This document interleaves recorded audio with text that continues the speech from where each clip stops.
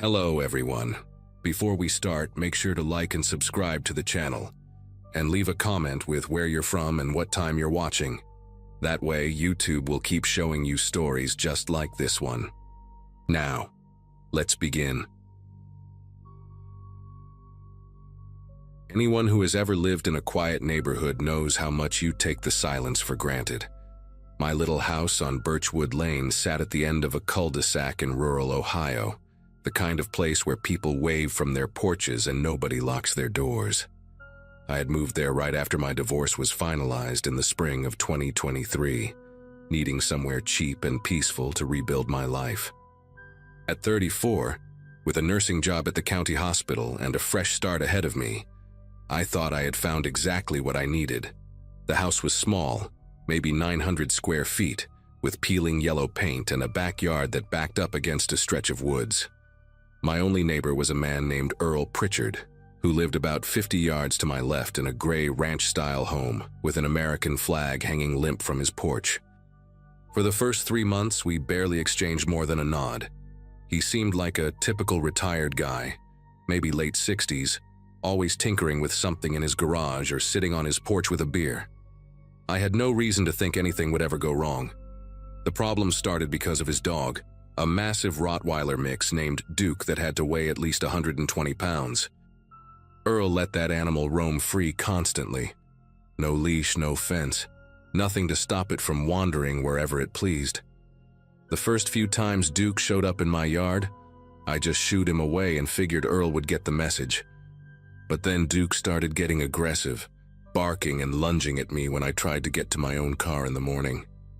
One Saturday in late August, I was bringing groceries in from my trunk when Duke came charging across the yard, teeth bared, hackles raised like a wild thing. I barely made it inside before he slammed against my screen door hard enough to dent the frame. That night, I called animal control and filed an official complaint. I remember feeling nervous about it, wondering if I was overreacting, but my hands had red scratches from scrambling to get inside, and my heart was still pounding hours later. I told myself I was just being a responsible neighbor, that Earl would understand once someone explained the rules to him. Looking at it now, I realized that phone call was the moment everything changed. Animal control came out 2 days later, on a Monday morning. I watched from my kitchen window as the officer spoke with Earl on his porch for maybe 10 minutes. Earl kept his arms crossed the whole time, his body rigid, occasionally gesturing toward my house with sharp, angry movements.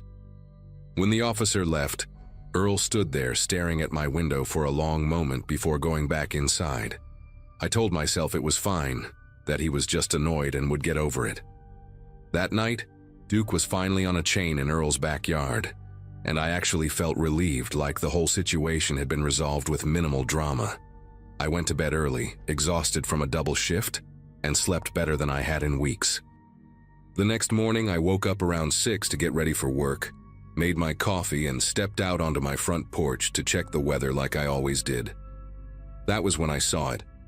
Sitting perfectly centered on top of my wooden fence post, right where my property met the road, was a small cardboard box. It was old and weathered, the kind you might find in someone's garage, and it was open at the top. Even from 20 feet away, I could see the dull brass glint of what was inside.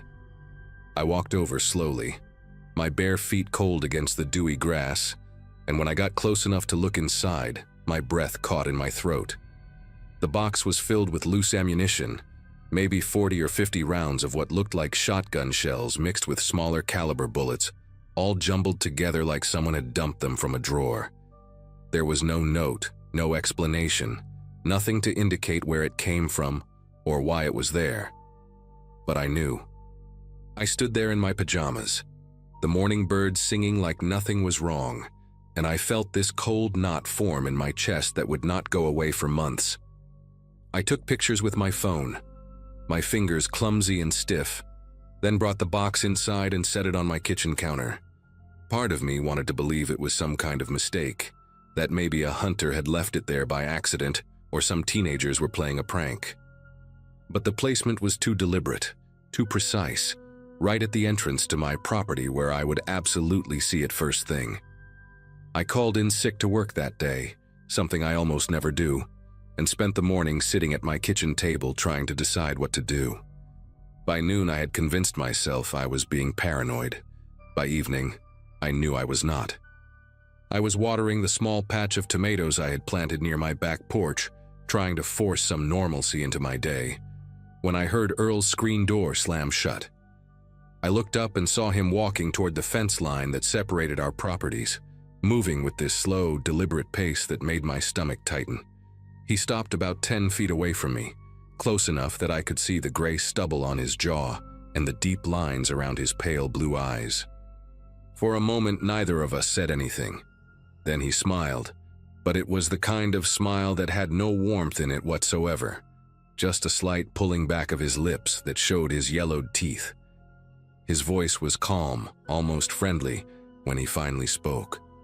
He said that he hoped I was settling in okay, that it was important for neighbors to look out for each other in a place this remote. Then he tilted his head slightly like he was studying me, and added that accidents happen when people stir up trouble, that it was real easy for things to go wrong when folks stuck their noses where they did not belong. He said it casually, the way you might comment on the weather, and then he just turned around and walked back to his house without waiting for me to respond. I stood there with the garden hose still running, water pooling around my feet, unable to move or think clearly for what felt like several minutes. That night, I barely slept. Every creak of the house, every rustle of wind against the windows made me sit up in bed with my heart hammering against my ribs. Around 2 in the morning, I heard something that pulled me fully awake, a rhythmic banging sound coming from somewhere outside. At first, I thought it might be a shutter or a loose piece of siding, but the rhythm was too steady, too intentional. I crept to my bedroom window and peered through the curtains, and what I saw made me press my hand over my mouth to keep from making a sound. Earl was in his backyard, illuminated by the glow of a work light he had set up on a ladder. He was hammering something onto a tall wooden post, working methodically despite the late hour. I watched him for maybe 20 minutes trying to understand what he was doing, until he finally stepped back, and I saw it clearly. He had installed a massive floodlight on that post, the industrial kind you see at construction sites, and it was angled directly at my house. Specifically, it was pointed straight at my bedroom window. But that was not the worst part. The worst part was what I noticed when he turned to gather his tools. Strapped across his back, black metal gleaming under the work light, was a pump-action shotgun. He was not even trying to hide it. He wanted me to see. The next few days blurred together in a haze of exhaustion and fear. That floodlight came on every single night at exactly 10:30, blazing through my curtains like a second sun, making it impossible to sleep without stuffing towels against the window frame and wearing a sleep mask. I bought blackout curtains from the hardware store in town, but even those could not fully block the intensity of that light. It was like living inside a fishbowl, knowing that at any moment he could be out there watching, that shotgun probably within arm's reach.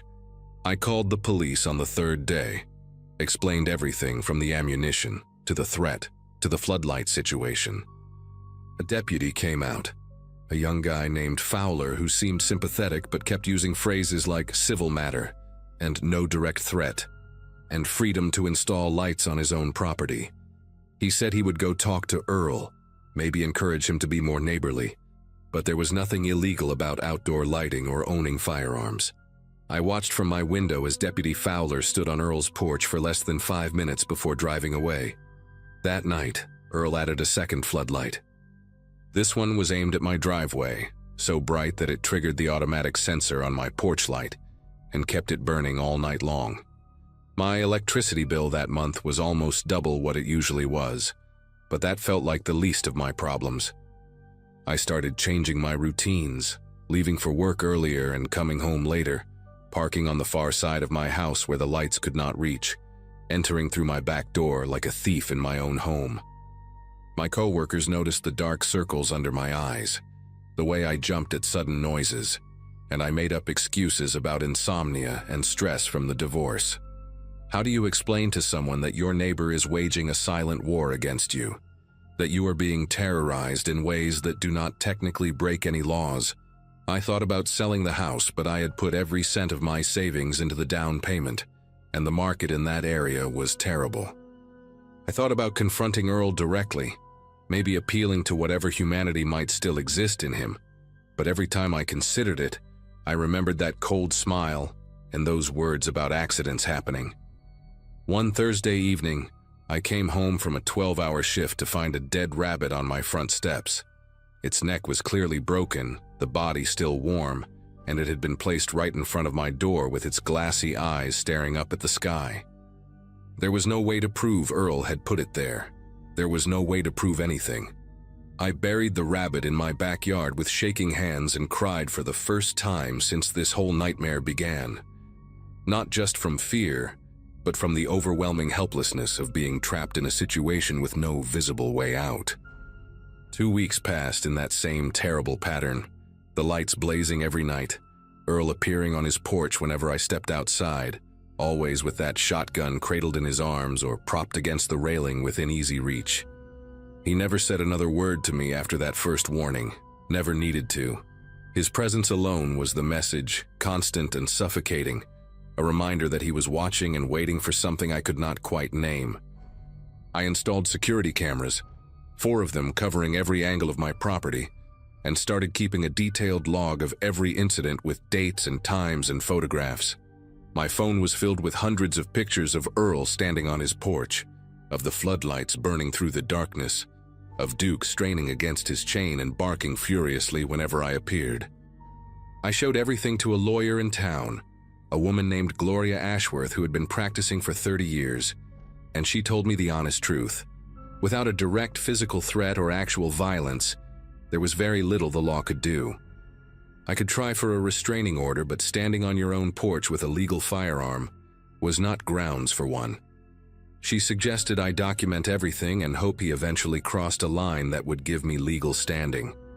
Hope he crossed a line. As if I was supposed to wait for him to actually hurt me before anyone would take this seriously. It was a Saturday night in late September when things finally came to a head. I had gone to bed early, around 9, because the exhaustion had become so overwhelming that I could barely function. The blackout curtains were drawn tight, and I had earplugs in, my only defense against the nightly assault of light and anxiety. I do not know what time it was when the sound cut through my sleep, but I will never forget the way it felt to be ripped awake by the unmistakable crack of a gunshot. It was close, terrifyingly close, somewhere right behind my house near the tree line. I scrambled out of bed and crawled to the window, my whole body trembling as I pulled back the edge of the curtain just enough to see outside. The floodlights were on, painting everything in a harsh white light, and I could see Earl walking slowly back toward his house from the direction of my property line. The shotgun was in his hands, barrel pointed at the ground, and even from that distance I could see the faint wisp of smoke curling from the muzzle. He walked calmly, unhurried, like a man who had just finished a routine chore. When he reached his porch, he turned and looked directly at my window, and even though I knew he probably could not see me through the curtains, I felt completely exposed. He stood there for a long moment, then went inside and shut off the floodlights, plunging everything into darkness. I called 911 with fingers so unsteady I had to dial twice. 2 deputies arrived within 20 minutes, different ones this time, an older man named Sergeant Hartley, and a younger woman whose name I never caught. I told them everything, the whole story from the beginning, my voice cracking as I led them around back with a flashlight to show them where I thought the shot had come from. Sergeant Hartley found it almost immediately, a splintered hole in the wooden door of my garden shed, the edges still fresh and pale against the weathered gray paint. He dug the slug out with a pocket knife while his partner took photographs, and he confirmed it was from a 12-gauge shotgun, same type Earl carried openly every single day. But when they went to talk to Earl, he denied everything. Said he had been inside all night watching television, said he had not fired his weapon in weeks, said maybe someone else had come through the woods and taken a shot at a coyote or a deer. The deputies searched his property with his permission and found nothing incriminating. No spent shell casings, No recently fired weapon that they could test. Earl had clearly cleaned the shotgun and disposed of any evidence before they arrived. Sergeant Hartley told me he believed me, that he could see the pattern of harassment in everything I had documented, but believing and proving were two different things. Without witnesses or physical evidence linking Earl to the shot, there was nothing they could charge him with. He suggested I consider staying somewhere else for a while, maybe with family or friends, until things cooled down. I almost laughed at that. Things were never going to cool down. Earl had made that perfectly clear. The next morning I did something I probably should have done weeks earlier. I called my older brother Vincent, who lived about 4 hours away in Pennsylvania, and told him everything. He drove down that same day with his truck already loaded with boxes, and by sunset, we had packed up everything I owned and loaded it into a rental trailer. I did not bother trying to sell the house through normal channels. I contacted a company that buys properties fast for cash, took a loss of almost $40,000, and signed the papers 3 days later. It felt like surrender, like Earl had won, and in a way I suppose he had. But I also knew that staying there meant waiting for something worse to happen, something that might not leave me alive to file another police report. The last time I saw Earl Pritchard, he was standing on his porch with that shotgun resting against his shoulder, watching Vincent and me load the final boxes into the truck. He did not say a word, did not wave or smile or make any gesture at all. He just watched with those pale blue eyes, his face completely blank, as I climbed into the passenger seat and we pulled away from Birchwood Lane for the last time. I moved in with Vincent and his wife temporarily, found a new nursing job 2 months later, and eventually bought a small condo in a busy suburb, where my neighbors are separated by walls and I can hear the comforting sounds of traffic at night.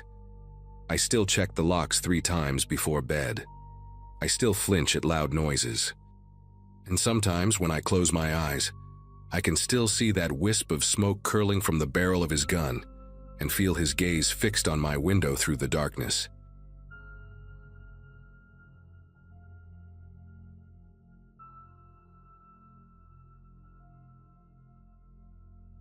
Buying my first house felt like crossing some invisible finish line that everyone kept talking about. Most of my co-workers at the insurance company had already done it, and after 6 years as a claims adjuster in Northern Ohio, I finally had enough saved for a down payment. The place was nothing fancy, a small 2-bedroom on Ridgemont Drive with a detached garage and a yard that needed serious attention. But it was mine. The neighborhood seemed quiet enough when I visited during the day. Older homes, mature trees, the kind of street where people still waved from their porches. I moved in on a Saturday in early March of 2022, and by Sunday afternoon, I had already met the man who would spend the next 8 months trying to destroy my life. His name was Gerald Fitch, and he lived in the pale yellow house directly to my left, separated from my property by a weathered wooden fence that leaned slightly toward my side.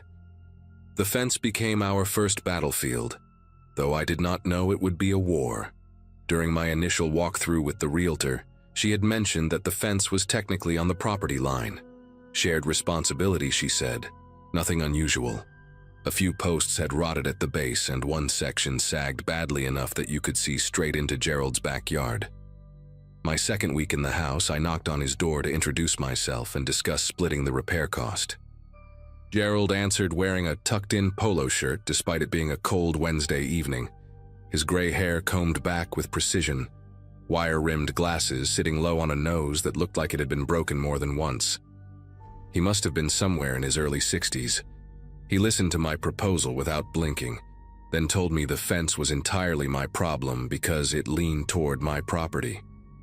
When I tried to explain how property lines worked, he simply closed the door in my face. I stood there on his porch for a good 10 seconds, genuinely unsure if that had actually just happened. I decided to fix the fence myself and move on with my life. Paid a contractor $800 to replace the rotted posts and straighten the whole thing out. It looked great when they finished, fresh cedar planks, everything level and solid. I thought that would be the end of it. Instead, it was the beginning. 3 days after the fence was done, I found an envelope in my mailbox with no stamp, no return address. Inside was a handwritten note on yellow legal paper, the penmanship tight and slanted. It accused me of trespassing on Gerald's property during the repair, claimed the new fence was 2 inches over the line, and demanded I remove it immediately or face legal action. I walked outside and stared at the fence, then at his house. His blinds moved slightly, and I knew he was watching. That night I heard something that would become painfully familiar over the coming months. A slow, deliberate knocking on my front door at exactly 11:45. When I opened the door, nobody was there, just the empty porch and the sound of crickets. I checked the sides of the house, walked halfway down the driveway, saw nothing. Went back inside and tried to convince myself it was kids messing around. But the next night, same time, same knock. 3 heavy thuds against the wood, spaced about 2 seconds apart. This time I moved faster, yanked the door open while the sound was still echoing. The porch light showed me an empty concrete slab and my own car parked in the driveway. I looked toward Gerald's house and noticed his garage door was slightly open, maybe 6 inches off the ground, though it had been fully closed when I came home from work. I stood there watching it, waiting for movement, my heart beating in my throat. After a full minute of nothing, I went back inside and locked the deadbolt. I did not sleep well that night, or any night that followed for a very long time. The code violations started arriving in April. The first one came from the city, a formal notice claiming my grass had exceeded the maximum allowed height of 8 inches. I had mowed 2 days earlier. The lawn was maybe 4 inches at most. I called the code enforcement office and spoke to a woman named Ruth who sounded exhausted before I even explained my situation. She told me complaints were filed anonymously, that they were obligated to investigate each one, and that I should just make sure I was in compliance. A week later, another notice, this time about my trash cans being visible from the street on a non-collection day. I had left them by the garage for maybe 3 hours after bringing in groceries. The fines were small, $25 here, $40 there, but they accumulated. By the end of May, I had received 9 separate complaints. My car was parked too close to the curb. My porch light was too bright. A broken window screen was an eyesore. I replaced the screen the same day I got that notice, and the following morning I found a dead crow on my welcome mat, its neck bent at a horrible angle. I started keeping a journal of everything. Dates, times, details of each incident. My buddy Vince from work told me I needed documentation if this ever went to court, and he was right. June brought a new kind of harassment. I would come home from work to find small things moved around my property. Nothing stolen, just rearranged. The garden hose coiled in the opposite direction. My garbage can switched positions. A potted plant I kept on the porch steps relocated to the other side. Each thing was minor on its own, almost unnoticeable, but the pattern was unmistakable. Someone was entering my property while I was gone, touching my belongings, letting me know they had been there. I mentioned it to the neighbor on my right, a retired schoolteacher named Dolores, who had lived on Ridgemont Drive for 30 years. She listened carefully, then lowered her voice and told me that Gerald had done the same thing to the previous owners. They lasted 14 months before selling the house at a loss and leaving the state. I installed cameras the first week of July. 4 of them, one covering the front porch, one aimed at the driveway, one watching the backyard, and one pointed directly at the fence line between my property and Gerald's. The system cost me nearly $600, but I figured it was worth every penny if it meant catching him in the act. For the first few days, nothing happened. No knocking, no moved objects, no dead animals. I started to wonder if the cameras alone had been enough to scare him off. Then I woke up on a Friday morning to find all 4 feeds showing static. I went outside in my bathrobe, coffee still in hand, and discovered that someone had cut the wiring on every single camera. Clean cuts, precise, clearly done with wire cutters or a sharp blade. The cables ran along the exterior walls of my house, tucked against the siding, and whoever did this had taken their time. They had climbed onto my roof to reach the backyard camera. I called the police and filed a report. The officer who showed up was polite but uninterested. He wrote down what I told him, glanced at Gerald's house once, then explained that without footage of the actual vandalism, There was nothing they could do. That same weekend, I found the first nail behind my tire.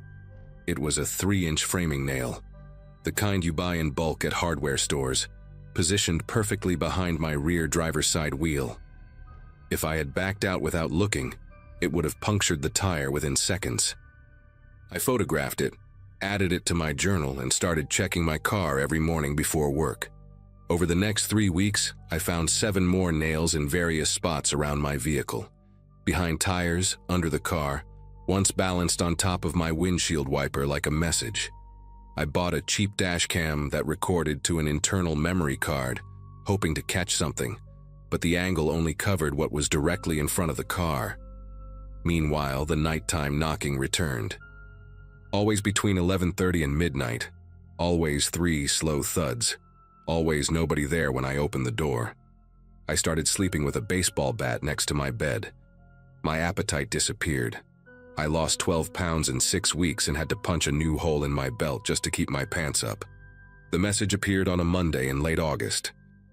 I had taken the day off work to deal with some paperwork and spent most of the morning inside with the blinds closed, trying to ignore the fact that I could feel Gerald watching my house from his windows.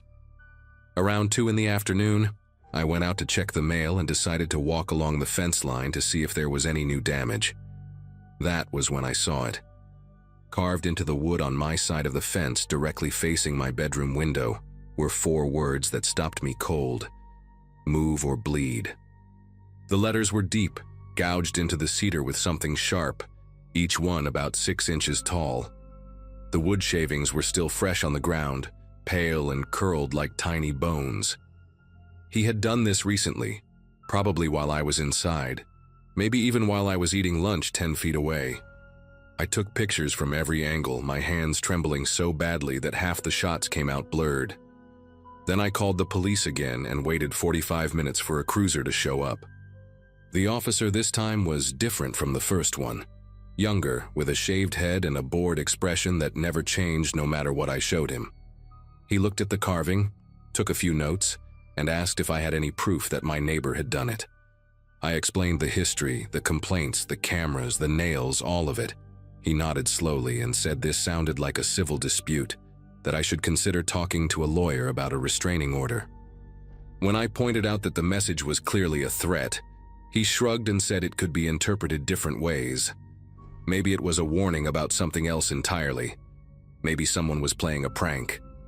I asked him what possible interpretation of move or bleed was not threatening, and he just told me to call if anything else happened. I watched him drive away and felt something shift inside me. The police were not going to help. The city did not care. I was completely alone in this, and Gerald knew it. That night, I saw him standing in his backyard for the first time since this all began. He was perfectly still, facing my house, holding what looked like a long metal pipe in his right hand. We stared at each other across the fence for what must have been 5 minutes. Then he smiled, turned around, and walked back inside. I spent the next 2 weeks preparing for something I hoped would never come. Bought new cameras, this time wireless ones that uploaded directly to a cloud server. No wires to cut. Installed motion sensor floodlights on every corner of the house. Replaced the locks on all my doors with heavy-duty deadbolts, and added a security bar to the sliding glass door in the back. I also did something I never thought I would do. I bought a gun. A 9mm handgun from a shop 20 miles outside of town, along with a box of ammunition and 3 hours of lessons at their indoor range. I hated the weight of it in my hand, hated what it represented, but I hated the idea of being defenseless even more. Vince helped me file for a restraining order, and we gathered every piece of documentation I had collected since March. The journal entries, the photographs, the police reports, the code violation notices. A judge granted a temporary order in early September, which meant Gerald was legally required to stay at least 500 feet from me. The night after he was served, I heard him screaming in his backyard. Not words, just raw sound, like an animal caught in a trap. I lay in bed listening to it, gripping that pistol under my pillow, waiting for the crash of breaking glass that I was certain would come. The crash never came. What came instead was silence. For 3 days, Gerald did not leave his house. His car stayed in the driveway, his blinds stayed closed, his porch light stayed off. I kept waiting for the next nail, the next knock, the next carved message. Nothing. On the 4th day, I saw an ambulance parked in front of his house when I came home from work. 2 paramedics were wheeling a stretcher through his front door, and on it was Gerald, strapped down and motionless. Dolores was standing on her lawn watching, and she told me that his daughter had found him unconscious on the kitchen floor. Stroke, apparently. Massive.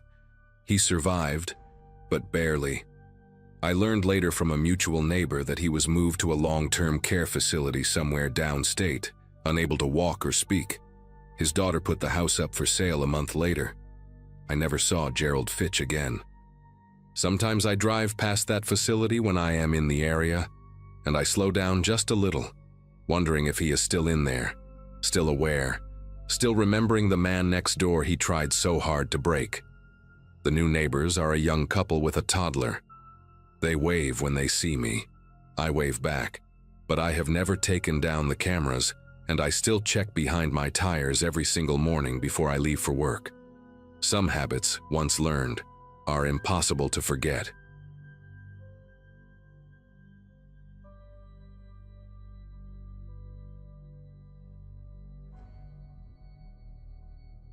Nobody warns you about the smell of old apartment buildings until you are already signing the lease.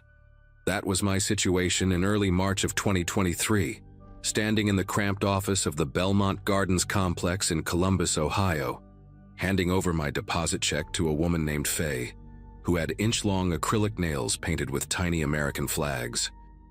I had just turned 26 the week before, celebrating alone with a cupcake from the grocery store, because everyone I knew still lived back in Michigan, and I had taken this accounting job specifically to get away from my ex-fiancé and his new girlfriend. The apartment was Unit 4C on the top floor of a 5-story building constructed sometime in the 1960s, with those textured ceilings that look like popcorn and radiators that clang like someone is trapped inside them. Faye told me the place had good bones, whatever that means, and that most tenants stayed for years. She also mentioned the man in 4B had been there the longest, almost a decade, and kept to himself, which she framed as a positive. I remember thinking that sounded perfect because the last thing I needed was a chatty neighbor asking about my life when I was still trying to figure out what my life even was anymore. His name was Gregory Vance, and I met him exactly once during my first 2 weeks in the building. It was a Sunday morning around 7, and I was dragging my laundry basket down to the basement machines when he came out of 4B carrying 2 large black garbage bags that looked heavy enough to make his shoulders strain. He was maybe 50, with a narrow face and deep-set eyes that reminded me of a bird, something predatory like a hawk or a falcon. His hair was cropped short, military style, and he wore latex gloves, which I thought was odd for taking out trash. I said good morning, and he responded with a sound that was not quite a word, more like an acknowledgement that I existed, before heading toward the back stairwell that led to the parking lot. What stuck with me was not his unfriendliness, plenty of people are not morning people, but the smell that followed him down the hallway. It was sharp and chemical, like industrial cleaning solution, but underneath it was something else, something rotten that the chemicals were trying to mask. I told myself he probably had a cat that had an accident, or maybe he was cleaning out old food from his fridge. Normal explanations for abnormal smells, the kind of logic you use when you do not want to think too hard about your neighbors. The smell became a constant presence over the following weeks, drifting through the heating vent that connected our 2 units. My bedroom shared a wall with what I assumed was his living room, and the vent sat low near the baseboard, a rectangular metal grate that had been painted over so many times the screws were practically sealed shut. Some nights the odor was barely noticeable, just a faint whiff of bleach when the heat kicked on. Other nights it was so strong I had to sleep with my window cracked open, even when the temperature dropped into the 30s. I bought 3 different air fresheners, lavender, vanilla, something called Ocean Breeze that smelled nothing like any ocean I had ever visited, and lined them up on my dresser like soldiers defending against an invisible enemy. My coworker Jill suggested I complain to management, But I kept putting it off because I did not want to be that neighbor, the one who causes problems before she has even been there a full month. Besides, Faye had made it clear during the lease signing that Gregory Vance was a model tenant who always paid on time and never caused issues. I figured whatever was happening in his apartment was his business, not mine. What I could not ignore was the noise. It started around the third week of March, always between 3 and 4 in the morning.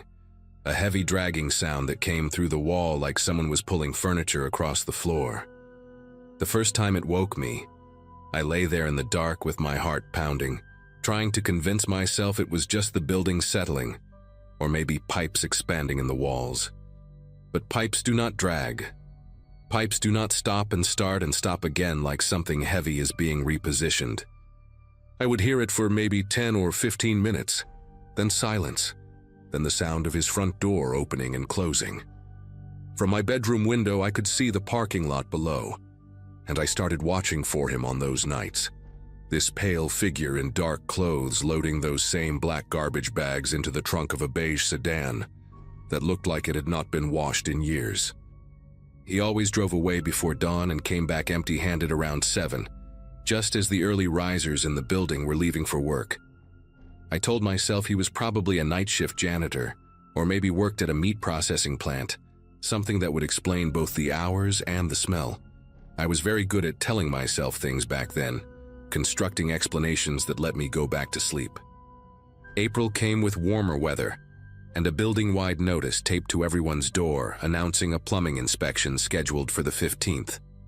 Apparently, there had been complaints about slow drains and low water pressure on the upper floors, and management was sending someone to check all the units.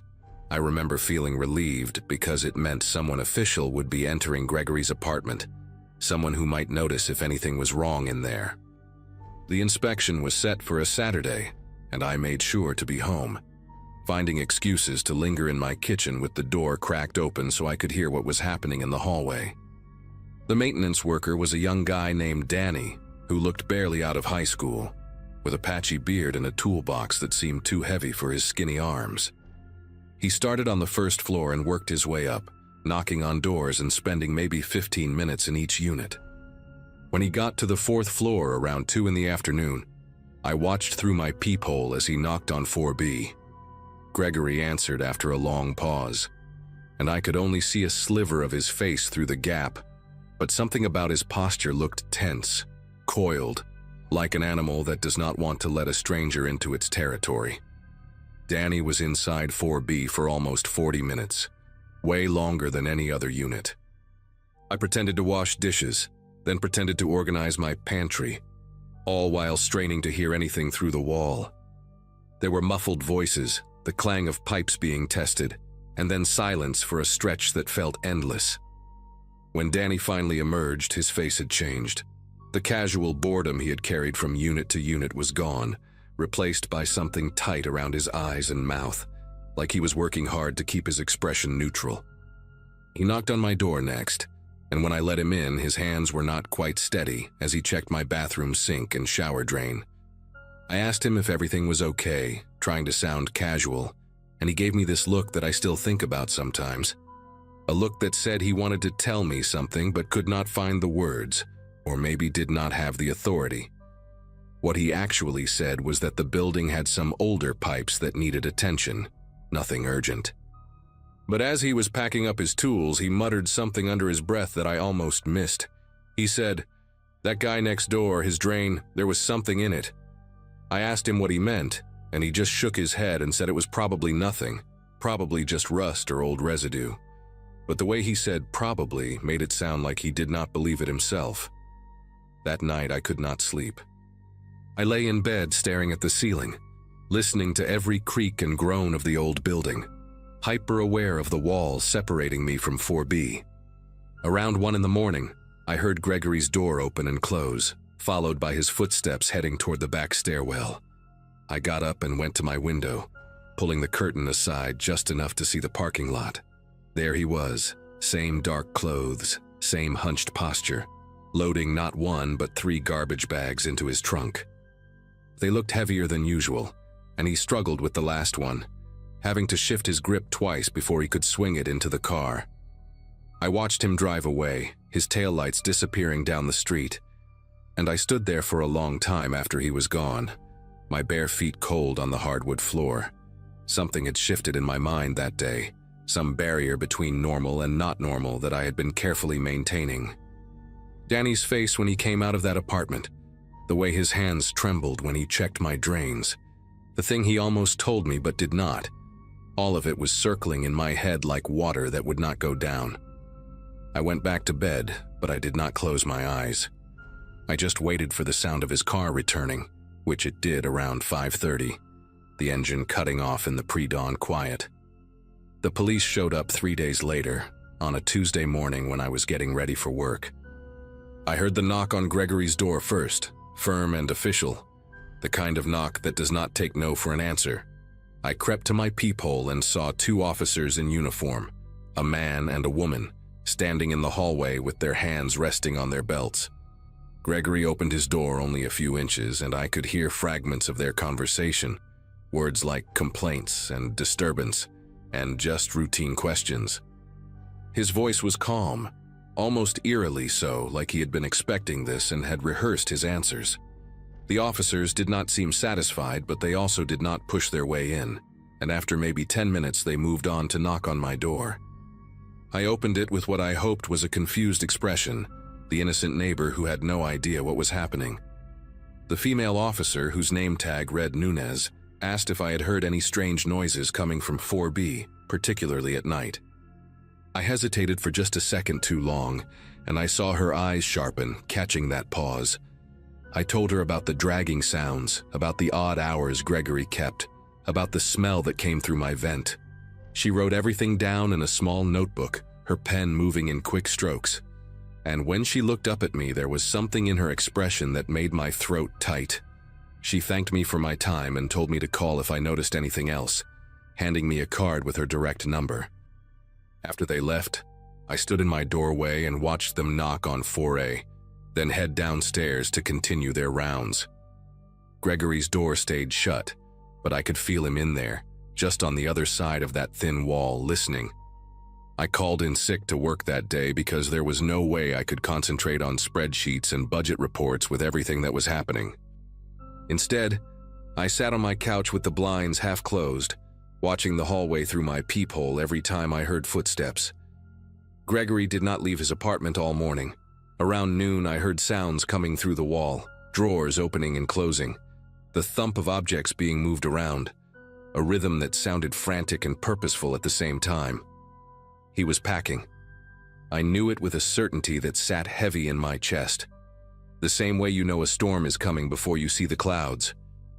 I thought about calling Officer Nunez, but I did not know what I would say. My neighbor is moving things around in his apartment? That was not a crime. That was not even suspicious. Not really. Not in a way I could put into words without sounding paranoid.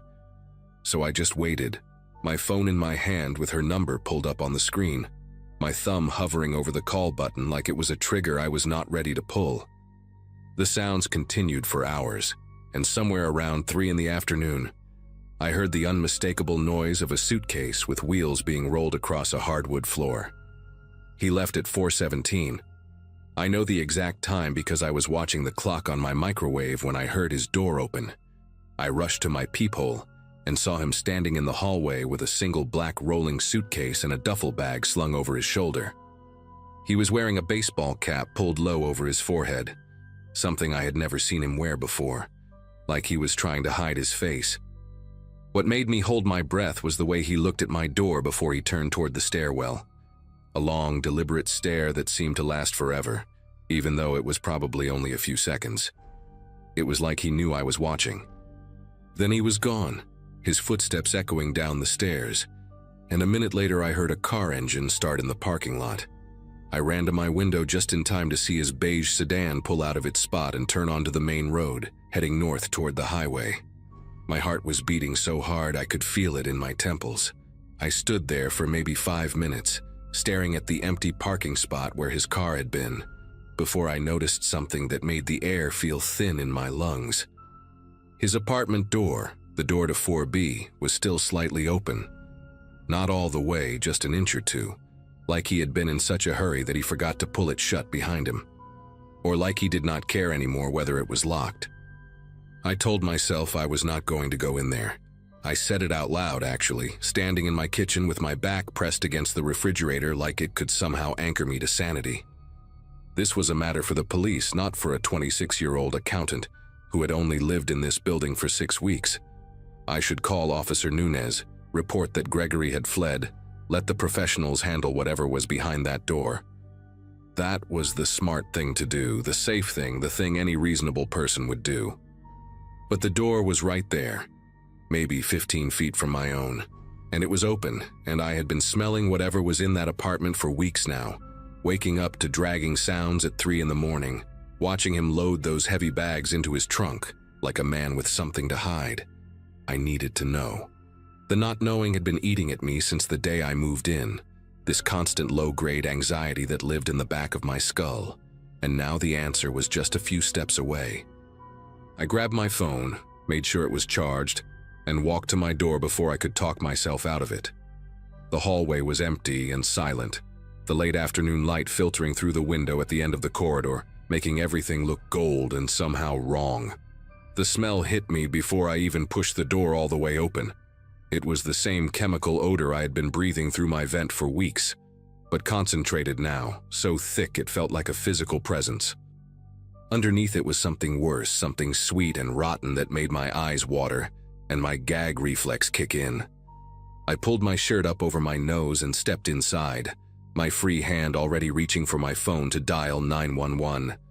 The apartment was laid out exactly like mine, but mirrored, with the kitchen to my right and the living room straight ahead. It was almost completely empty, no furniture except for a folding chair and a small table against the far wall. The floors were bare, the walls were bare, and every surface had a strange sheen to it, like it had been wiped down recently with something industrial. But it was the coffee table that stopped me in my tracks, that made me forget how to breathe for a moment. Spread across its surface were photographs, maybe 20 or 30 of them, printed on regular paper and arranged in neat rows like someone had been studying them. They were all women. Different ages, different faces, but all of them photographed without their knowledge. Walking down streets, getting into cars, standing in grocery store parking lots. And next to the photographs was a stack of missing person flyers, the same ones I had seen stapled to telephone poles around the neighborhood. The same faces that had been staring at me from the bulletin board at the laundromat down the street. I do not remember dialing 911, but I must have, because suddenly there was a voice in my ear asking what my emergency was.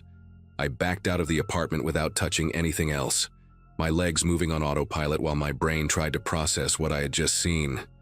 The operator kept me on the line, her voice calm and professional, asking me questions I could barely answer. Within 8 minutes, there were 4 police cars in the parking lot and officers swarming the 4th floor, their radios crackling with codes I did not understand. Officer Nunez arrived shortly after, and when she saw me sitting on the hallway floor with my back against my own door, she crouched down and put a hand on my shoulder without saying anything. The forensic team went into 4B wearing gloves and masks and full protective suits, and they were in there for hours, carrying out evidence bags and taking photographs of every surface. I learned later that they found more than just the pictures on the coffee table. In the bathroom, behind a false panel under the sink, there were jewelry and personal items belonging to at least 7 different women, rings, watches, a locket with a photograph inside, a keychain with a small stuffed bear attached. The drain that Danny had inspected contained traces of human blood, enough to confirm that something terrible had happened in that apartment, probably more than once. Gregory Vance was arrested 4 days later at a motel outside of Indianapolis, about 3 hours from Columbus. The news coverage was relentless for weeks. Reporters camped outside our building, neighbors I had never spoken to suddenly giving interviews about the quiet man in 4B who always kept to himself. They found his car in a wooded area about 20 miles from the motel, and in the trunk were more garbage bags containing evidence I cannot bring myself to describe, even now. He was charged with the murders of 5 women, all of them from the Columbus area. all of them reported missing over the past 3 years. The trial is still pending as I write this, and I have been told I will likely be called as a witness. I moved out of Belmont Gardens the week after his arrest, breaking my lease without a second thought, and I have not been back since. Some nights I still wake up at 3 in the morning, my body tensed for a sound that is not coming anymore, and I lie there in the dark thinking about how thin the walls were between us. I think about how I rationalized the smell, the noises, the heavy bags, how badly I wanted everything to be normal that I almost convinced myself it was. And I think about the photographs on that coffee table, all those women who had no idea they were being watched, and I wonder if there was ever a photograph of me in that stack, taken on some ordinary day when I thought I was just living my life. I will probably never know the answer to that question, and maybe that is for the best.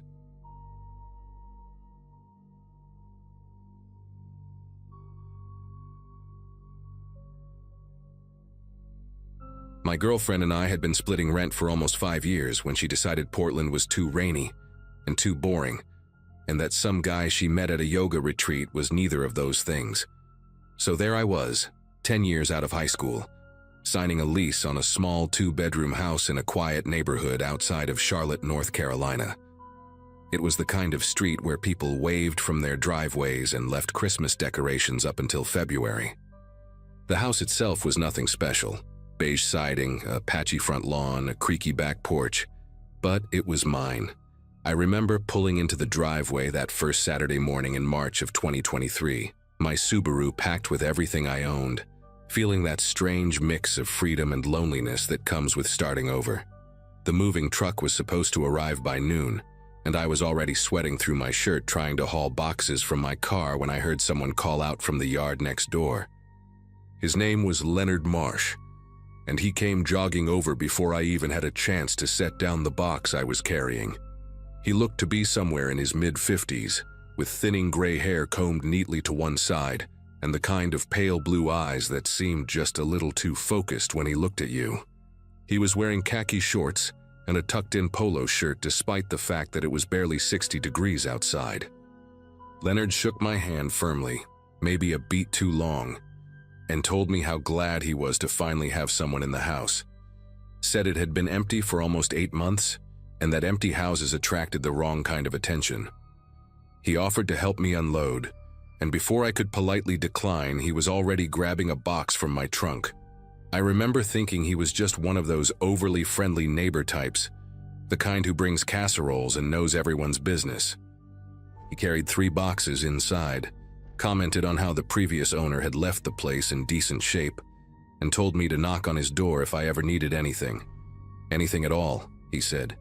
He repeated that last part twice. The first few weeks went by without incident, and I started to settle into a routine. I worked as a software tester for a company downtown, which meant leaving around 7:30 in the morning and getting back around 6 most evenings. Leonard seemed to have a sixth sense for when I was coming or going. Every single time I pulled into the driveway, he would appear, sometimes from his garage, sometimes from his front porch, sometimes just walking down his lawn like he had been waiting there. He always had something to say, how the mailman had left a package by my side gate, how he noticed my kitchen light was on all night, how the lawn service had come by but I might want to talk to them about the edging near the fence. I thanked him each time, smiled politely, and hurried inside. My buddy Cole, who I had known since college, came over one Friday night to watch basketball, and when I mentioned Leonard, Cole just laughed and said I had won the lottery. A neighbor who actually paid attention was rare these days. I wanted to believe that, I really did. It was maybe 3 weeks after I moved in when the small things started adding up. I came home one Wednesday to find an Amazon package sitting on my kitchen counter instead of on the front porch where it should have been. I stood there staring at it for a good minute, trying to remember if I had left the door unlocked, if maybe the delivery driver had some special instruction I forgot about. Then my phone buzzed with a text from Leonard. Saw the delivery guy leave your package outside, didn't want it to get stolen, so I brought it in for you. Hope that's okay. I had never given Leonard a key. I had never told him he could enter my house. I typed back a quick thanks, but my fingers hovered over the keyboard for a long time before I hit send. That night, I walked through every room checking the windows, checking the back door, trying to find any sign of how he had gotten in. Everything was locked. Everything was exactly as I had left it, except for that box sitting on my counter like it belonged there. I told myself I was overreacting. Maybe the previous tenant had given him a spare key and he just never mentioned it. Maybe he had a locksmith friend, or knew some trick with old doorknobs. I even called my landlord, a woman named Georgina, who lived 2 hours away in Raleigh, and asked if she had ever given a key to anyone in the neighborhood. She said no, sounded confused by the question, and reminded me that the locks had been changed before I moved in. That should have made me feel better. It did not. The following Saturday, Leonard knocked on my door around noon holding a casserole dish covered in aluminum foil. He said his wife Patty had made too much lasagna and thought I might want some since I was living alone and probably not eating right.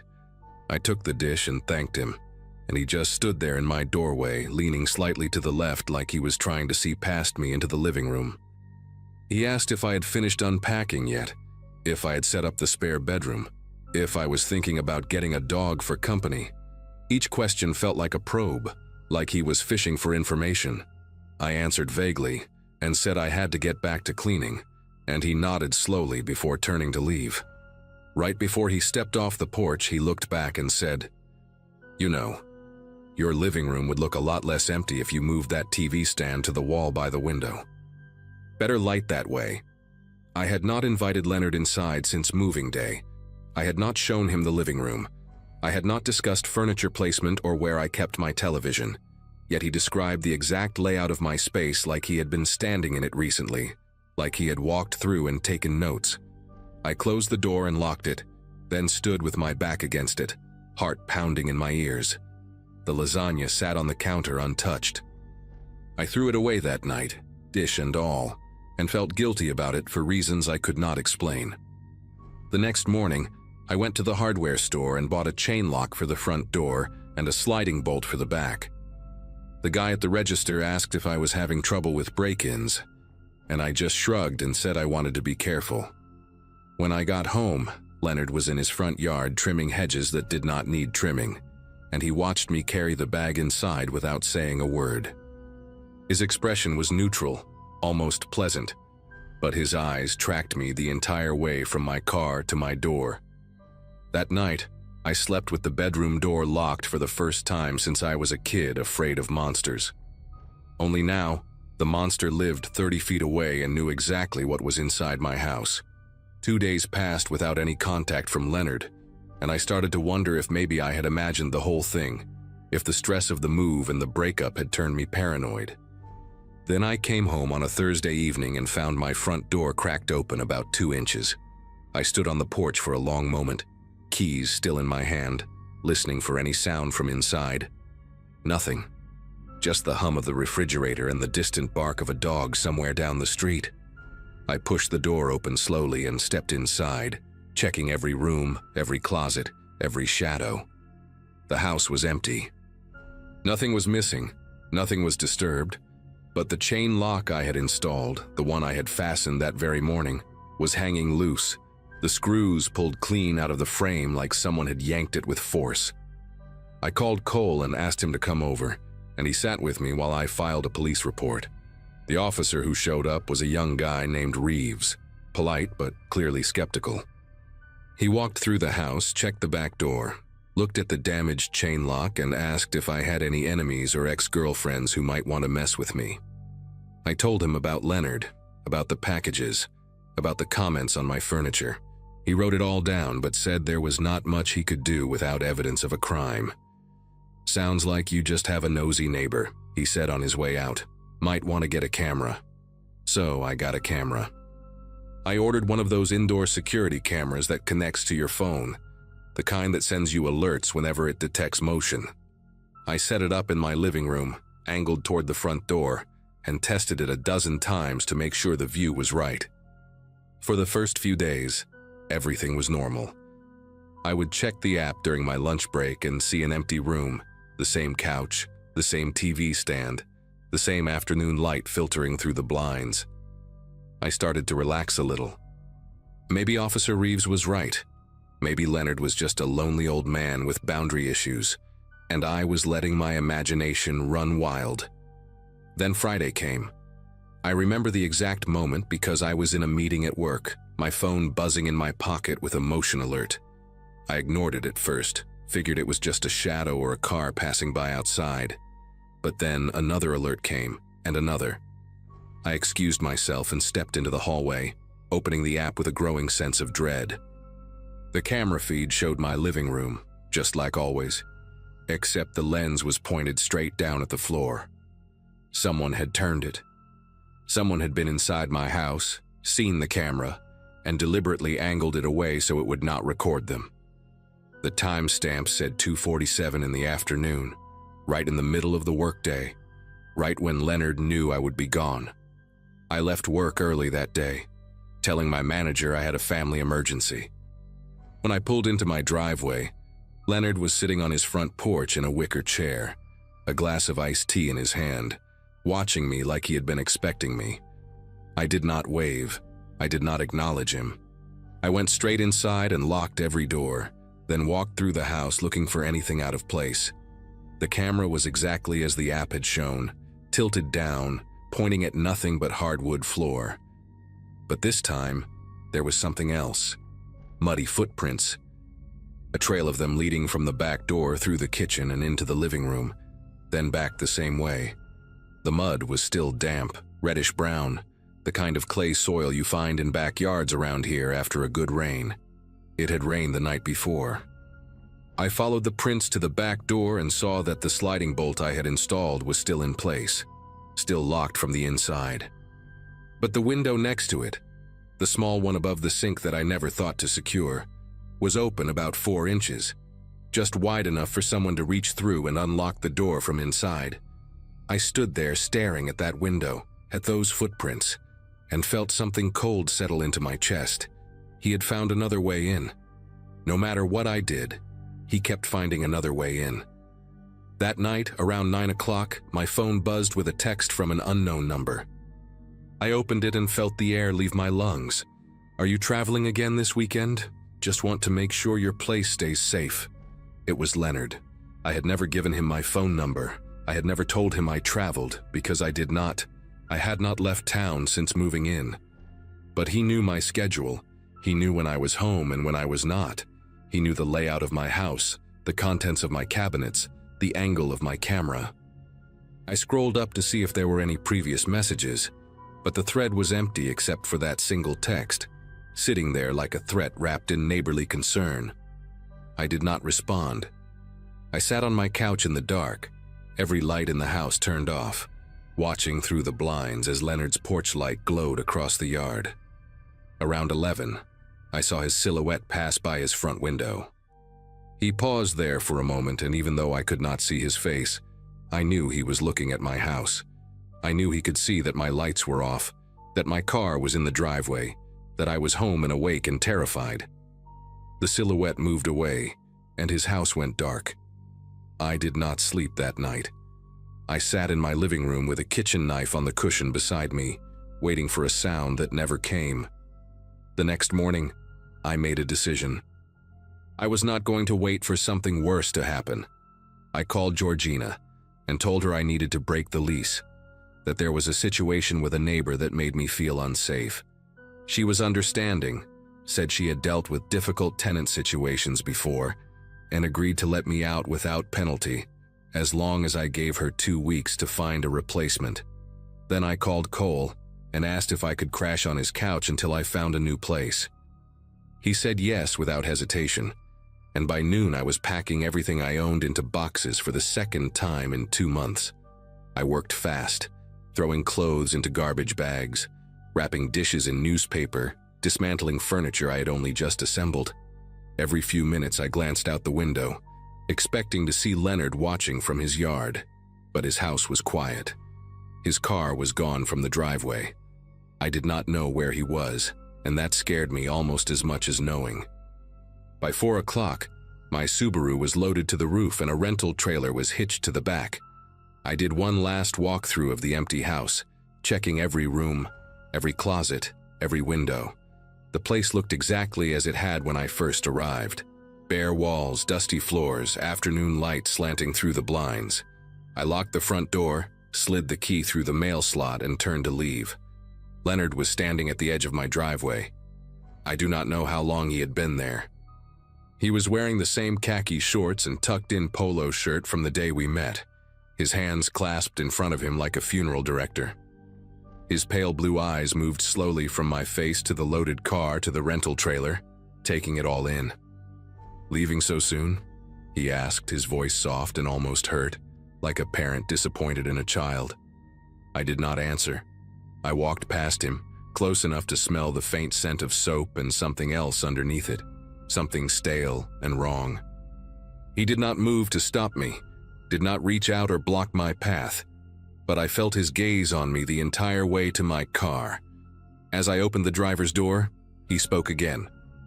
"You know, the last tenant left in a hurry too. And the one before that." He smiled then, a small, satisfied expression that did not reach his eyes. "But someone always comes back. Someone always moves in." I got in my car, started the engine, and pulled out of that driveway without looking back. I watched him shrink in my rearview mirror until I turned the corner and he disappeared from sight. That was 8 months ago. I live on the other side of Charlotte now, in an apartment complex with security cameras in the hallways and neighbors I have never spoken to. Sometimes late at night, I still think about that house on Waverly Court. I think about Leonard Marsh and his wife Patty and that casserole dish I threw away. I think about the muddy footprints and the tilted camera and the text message asking if I was traveling. And I wonder who lives there now, in that quiet little house with the beige siding and the creaky back porch. I wonder if Leonard has introduced himself yet. I wonder if he has offered to help.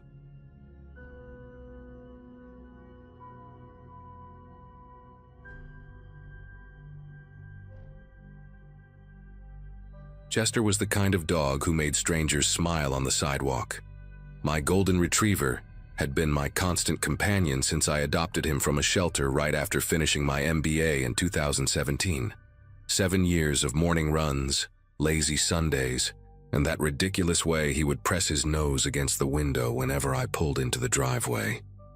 I had moved to a quiet neighborhood in Northern Virginia about 2 years prior, a modest house on Fernwood Circle, with a decent-sized backyard and a wooden fence that gave Chester plenty of room to explore. Life was predictable in the best way. My job as a financial analyst kept me busy during the week, Chester kept me sane, and the neighbors mostly kept to themselves. That all changed on a Wednesday morning in early September 2024, when I let Chester out for his usual backyard routine and watched him sprint toward his favorite corner near the fence like he always did. I was standing at the kitchen counter, pouring my second cup of coffee, when I heard a sound I had never heard before. It was somewhere between a whimper and a gag, this awful wet noise that made me abandon my mug mid-pour and rush to the back door. Chester was near the fence line, his whole body convulsing, foam gathering at the corners of his mouth. His legs buckled beneath him and he collapsed onto his side, still making that horrible gurgling sound while his paws scraped uselessly against the grass. I remember screaming his name as I ran across the yard, my bare feet slipping on the morning dew. When I reached him, his eyes were rolling back, showing too much white, and his breathing came in these rapid, shallow bursts that seemed to shake his entire frame. I scooped all 70 pounds of him into my arms without thinking, carried him through the house leaving a trail of saliva and grass, and somehow got him into my car. The emergency vet clinic was 12 minutes away. I made it in 7. The waiting room at Brookside Animal Emergency was a blur of fluorescent lights and antiseptic smell. A technician took Chester from my arms the moment I stumbled through the doors, and I stood there in the lobby with grass stains on my pajama pants and my hands still trembling from gripping the steering wheel so hard.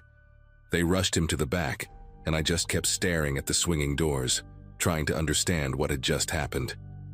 Chester had been perfectly fine the night before. We had played fetch in the backyard until the sun went down, and he had eaten his dinner with his usual enthusiasm. A vet named Dr. Holloway came out after what felt like hours, but was probably 40 minutes. Her expression careful and controlled. She told me Chester was stable but critical. They had induced vomiting and started him on activated charcoal, but they needed to run more tests. Then she asked me a question that stopped me cold. Had Chester been exposed to any rat poison recently? I told her no, absolutely not. I had never used rat poison in my life. I did not even have a rodent problem. Dr. Holloway nodded slowly, then explained that the preliminary blood work showed signs of anticoagulant toxicity, the kind caused by rodenticides. But here was the strange part, she said. The absorption pattern suggested Chester had not ingested the poison by eating it directly. The concentration was too even, too widespread across his system. It was more consistent with dermal absorption, meaning the poison had likely been on his skin, his paws, maybe his belly, and he had absorbed it through prolonged contact. She asked if Chester had rolled around in anything unusual, any strange substances in the yard. I kept shaking my head, my mind racing through every inch of my backyard, trying to think of anything that could explain this. Dr. Holloway looked at me with this expression I will never forget, part concern, part something darker, and said quietly that in her 20 years of practice, she had only seen this pattern once before. Someone had deliberately sprinkled poison onto grass where a dog played. I drove home in a daze, my mind refusing to process what I had just heard. The idea that someone would intentionally hurt Chester seemed impossible, absurd even. He was the friendliest dog in the world. He had never bitten anyone, never jumped on strangers, never caused any problems. But as I pulled into my driveway and sat there with the engine running, a name kept surfacing in my thoughts, like something rotten floating up from deep water. Howard Lacey, my neighbor to the east, the one whose property shared that long wooden fence with my backyard. Howard had moved in about 8 months after I did, a man in his late 50s with a permanent scowl and a habit of watching everything that happened on the street from his front porch. From the very first week, he had made it clear that he did not like Chester. He complained about barking that did not exist. Chester barely made a sound unless someone rang the doorbell. He complained about the smell, about dog hair supposedly blowing into his yard, about property values being affected by that animal. I got out of the car and walked around to my backyard, my eyes scanning every inch of grass near the fence line. The morning sun was fully up now and the dew had mostly dried, but I got down on my hands and knees anyway, searching for anything unusual. And then I found them. Small blue pellets, maybe a dozen of them, scattered in a rough line about 2 feet from the base of the fence on my side. They were partially dissolved, some of them just blue smears in the dirt, but a few were still intact enough to see their shape, little compressed cylinders that looked exactly like the rat poison you see at hardware stores. My chest tightened as I stared at them, calculating the distance from the fence to where Chester liked to lie down in the shade every morning. This was his spot. Whoever did this knew exactly where to put it. I pulled out my phone and took pictures of everything, the pellets, the fence, the exact location, before carefully collecting what remained into a plastic bag. Then I stood up, looked at Howard Lacey's house rising just beyond the fence, and felt something cold settle into my gut. My first instinct was to march over there and confront him right then, but something held me back. I had no proof it was Howard, just a gut feeling and a history of petty complaints. If I accused him without evidence, he could deny everything, maybe even twist it around and make me look like the unstable neighbor harassing an innocent man. So I forced myself to think strategically, even though every fiber of my being wanted to put my fist through his front door. I called the non-emergency police line and explained the situation as calmly as I could. The officer on the phone was sympathetic but clear. Without direct evidence linking a specific person to the poisoning, there was not much they could do. He suggested I file a report for documentation purposes, which I did, and he mentioned that I might want to consider installing security cameras. That last suggestion stuck with me. By noon that same day, I had ordered a weatherproof camera from an electronics store with same-day delivery. I spent the afternoon mounting it under the eave of my back porch, angled to capture a wide view of the backyard, and most importantly, that stretch of fence bordering Howard's property. That night, I barely slept. The vet clinic had called around 8 to say Chester was showing improvement. His blood was responding to the vitamin K treatment, and his vitals were stabilizing. I should have felt relieved, and part of me did, but a larger part was consumed by this simmering rage that kept me staring at the ceiling until 3 in the morning. I kept replaying every interaction I had ever had with Howard Lacey. The way he would glare at Chester through the fence slats whenever we were outside. The time he had left a passive-aggressive note in my mailbox about controlling your animal, after Chester had barked once, literally once, at a squirrel. The anonymous complaint to the HOA about alleged noise violations that went nowhere because there was no noise to begin with. Each memory felt different now, recontextualized by what had happened. These were not the actions of a grumpy neighbor who valued his peace and quiet. This was a pattern, a slow escalation that had been building towards something, and I had been too naive to see it coming. When my alarm went off at 5:30, I was already awake, already watching the camera feed on my phone, waiting to see if Howard would make another move. The sun had not even cleared the tree line when I saw him. At exactly 6:14 in the morning, according to the timestamp on the footage, Howard Lacey appeared at the fence. He was wearing a gray bathrobe and slippers, and he moved with this casual confidence that made my blood pressure spike just watching him. He looked around first, a slow, deliberate scan of the surroundings, and then he reached into the pocket of his robe and pulled out a small plastic bottle, the kind you might use for travel-size shampoo. I watched in real time, my phone screen inches from my face as he leaned over the fence, extended his arm into my yard, and shook that bottle in a back-and-forth motion. Blue powder drifted down onto my grass like some kind of toxic snowfall. The whole thing took maybe 15 seconds. Then he pocketed the bottle, adjusted his robe, and walked back toward his house like he had just finished watering his plants. I sat there in my bed, the phone trembling in my grip, watching him disappear around the corner of his house. I had him. After everything he had put Chester through, I finally had proof of exactly what this man was capable of doing. I saved the footage to 3 different places, my phone, my laptop, and a cloud drive, before I did anything else. Then I called the police, the real number this time, not the non-emergency line. I explained what I had captured on camera and asked them to send an officer immediately. A patrol car arrived within 20 minutes, and I showed the deputy the video on my laptop screen. His name was Deputy Ramos, a stocky guy in his 40s with a no-nonsense demeanor, and I watched his expression shift from professional neutrality to genuine disgust as the footage played. He asked me to send him a copy, which I did right there on the spot, and then he asked if I wanted to accompany him next door to confront the individual in question. Part of me wanted to say yes, wanted to see Howard's face when he realized he had been caught, but a cooler part of my brain told me to stay back and let the law handle it. So I watched from my front window as Deputy Ramos walked up Howard's driveway, knocked on the door, and waited.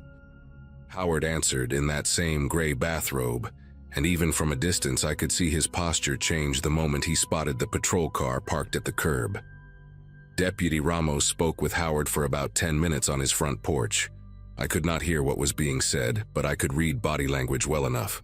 Howard started out with his arms crossed, shaking his head, the picture of indignant denial. Then Ramos must have mentioned the video, because Howard's whole demeanor shifted. His shoulders dropped, his hands fell to his sides, and he took a half-step backward like he had been physically pushed. A few more exchanges, and then Ramos was pulling out handcuffs. I watched Howard Lacey get arrested right there on his own front porch, still wearing that gray bathrobe, still in his slippers. A second patrol car arrived, and they put him in the back seat while a female officer walked around to knock on my door. She introduced herself as Officer Tate and asked if I could come down to the station later that day to give a formal statement. I agreed immediately. Before she left, she told me something that stuck with me. When they searched Howard's garage, they found 3 more bottles of the same rodenticide, along with a handwritten list of neighborhood nuisances that included my address, Chester's name, and a detailed log of every time my dog had supposedly barked over the past 6 months. The dates were meticulous. The times were precise down to the minute. None of it was real. I picked Chester up from the vet clinic that afternoon. He was weak and tired, his golden fur dull and matted in places, but his tail still wagged when he saw me walk through the door. Dr. Holloway said he would need weeks of vitamin K supplements and regular blood tests to make sure his clotting factors returned to normal, but she expected a full recovery. I carried him to the car again, this time gently, and drove home with him curled up on a blanket in the back seat. When we pulled into the driveway, I just sat there for a moment looking at my house, looking at the fence that separated my yard from Howard's empty property. He had been charged with felony animal cruelty and criminal poisoning, and according to Officer Tate, he was looking at serious prison time given the premeditated nature of what he had done. His house went up for sale 2 months later. I never found out what happened to him after the trial. I made a conscious decision not to follow that story any further. What I do know is that Chester healed, slowly but completely. I installed 2 more cameras around the property and replaced that old wooden fence with a 6-foot privacy barrier that nobody could lean over. And every morning when I let Chester out into the backyard, I still watch him from the kitchen window until he comes back inside. Some habits you just never shake.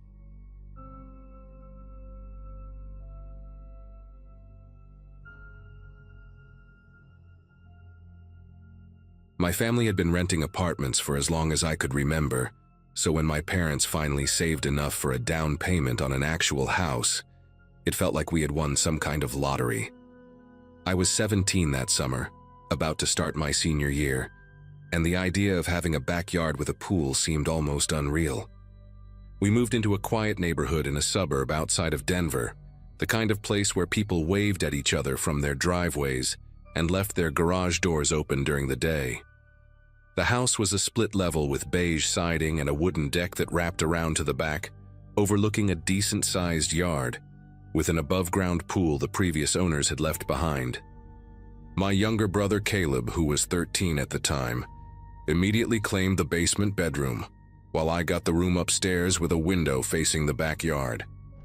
Everything about those first few days felt perfect, like we had finally landed somewhere we could call home for good. Our neighbor to the right was a man named Howard Lessing, probably somewhere in his late 50s, with thinning gray hair and wire-rimmed glasses that made his eyes look slightly too large.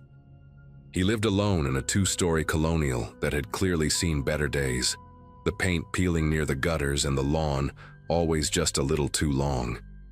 My dad met him the day we moved in, and he seemed friendly enough, helping us carry a few boxes from the truck and making small talk about the neighborhood. He mentioned that he was retired from some kind of government job, though he never specified what exactly he had done.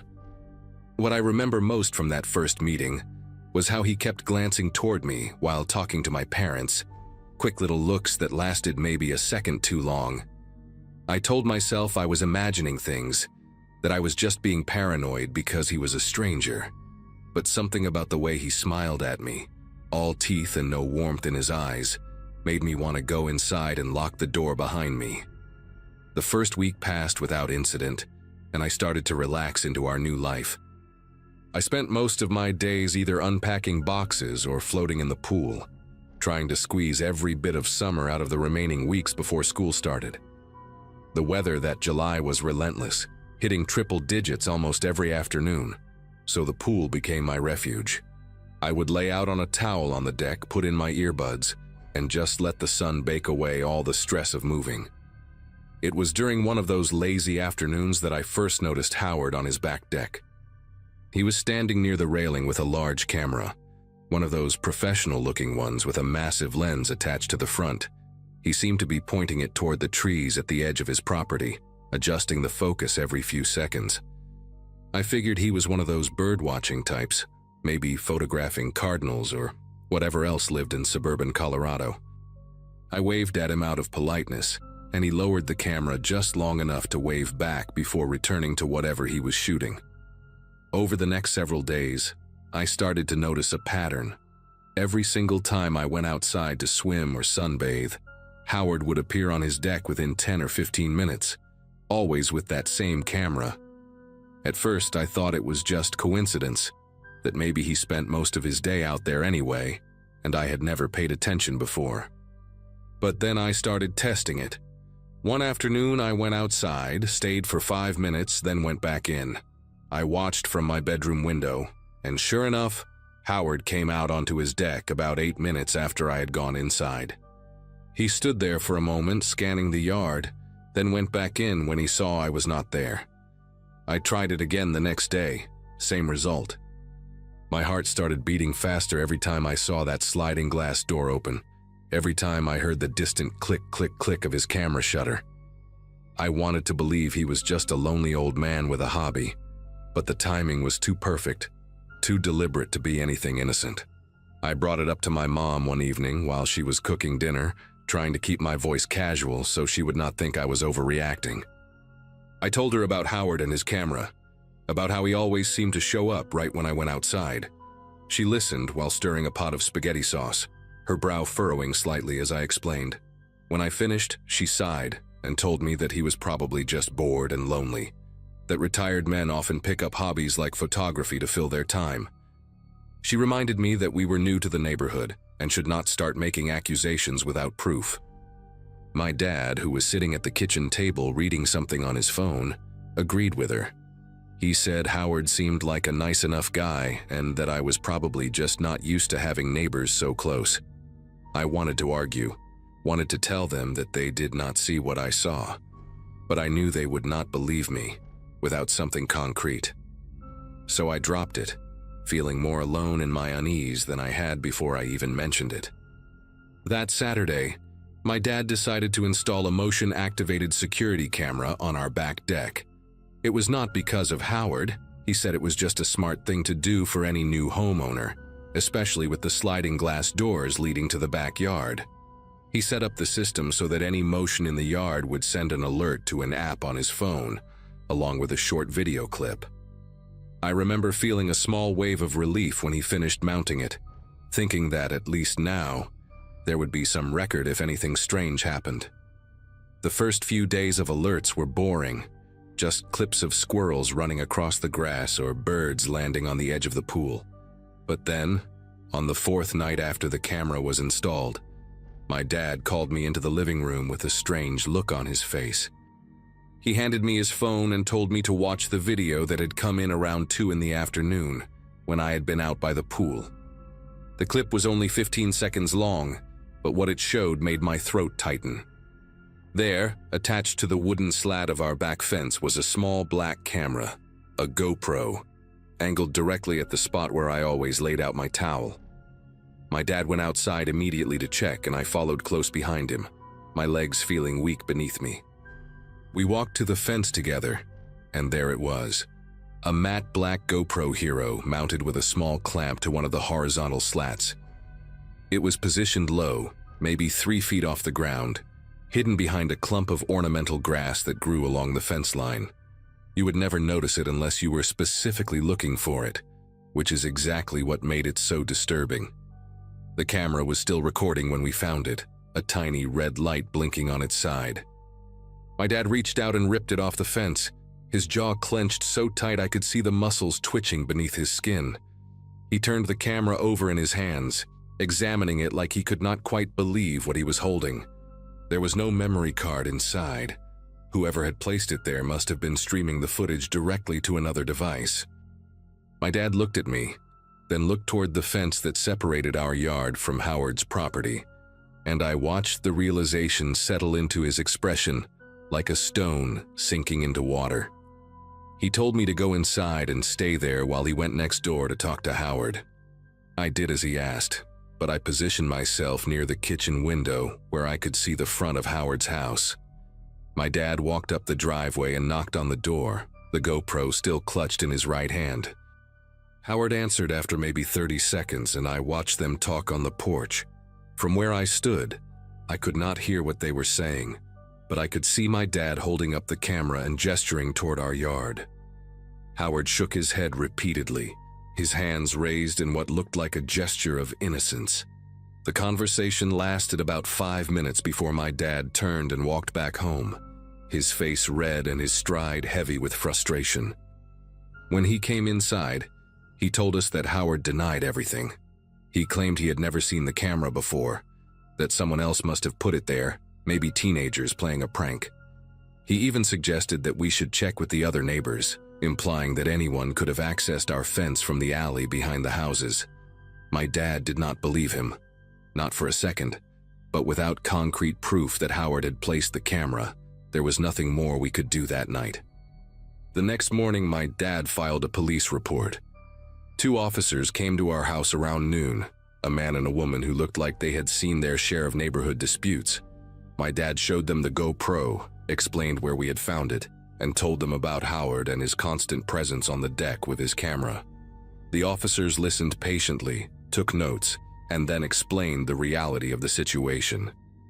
Without proof that Howard specifically had placed the camera, fingerprints, video footage of him installing it, or a confession, there was not much they could do.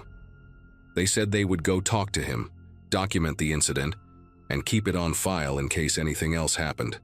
The female officer, whose name tag read Novak, pulled me aside before they left and asked if I felt safe.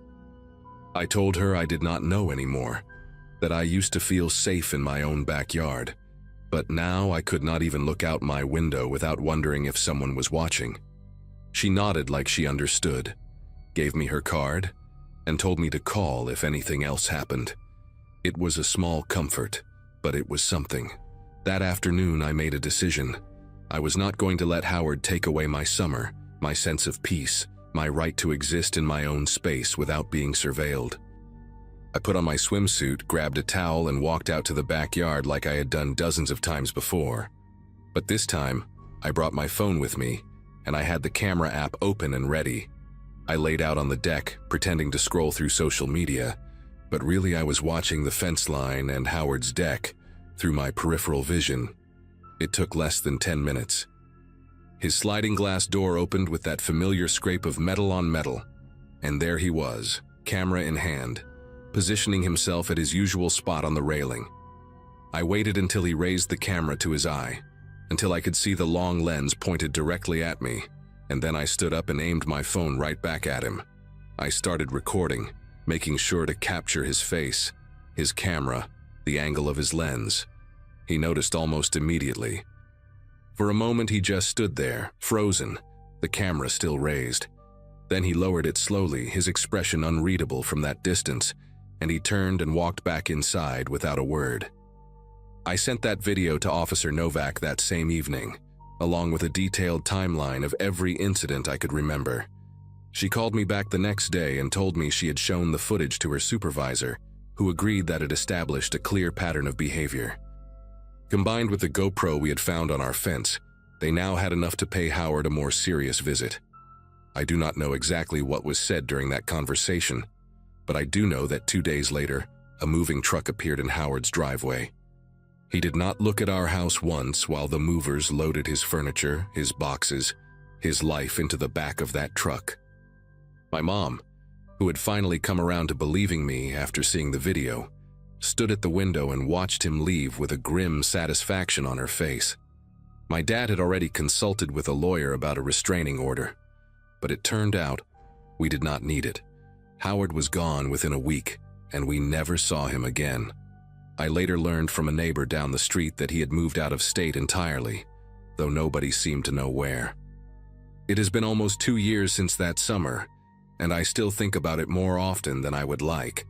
I finished high school, started community college, and tried to move on with my life like nothing had happened. But sometimes when I am sitting in my backyard or walking to my car at night, I catch myself scanning the windows of nearby houses, looking for the glint of a lens or the shadow of a figure watching. I never found out what Howard did with the footage he collected, whether it existed on some hard drive somewhere or had been uploaded to corners of the internet I do not want to imagine. The police never recovered anything from his house, By the time they had enough to search, he was already gone. What stays with me most is not the fear itself, but the way it crept in so quietly, disguised as something harmless. A man with a camera, a hobby, a friendly wave across the fence. I learned that summer that the most dangerous people are not the ones who look dangerous. They are the ones who blend in, who smile at your parents, who make you doubt your own instincts until it is almost too late. I trust my gut now. I wish I had trusted it sooner.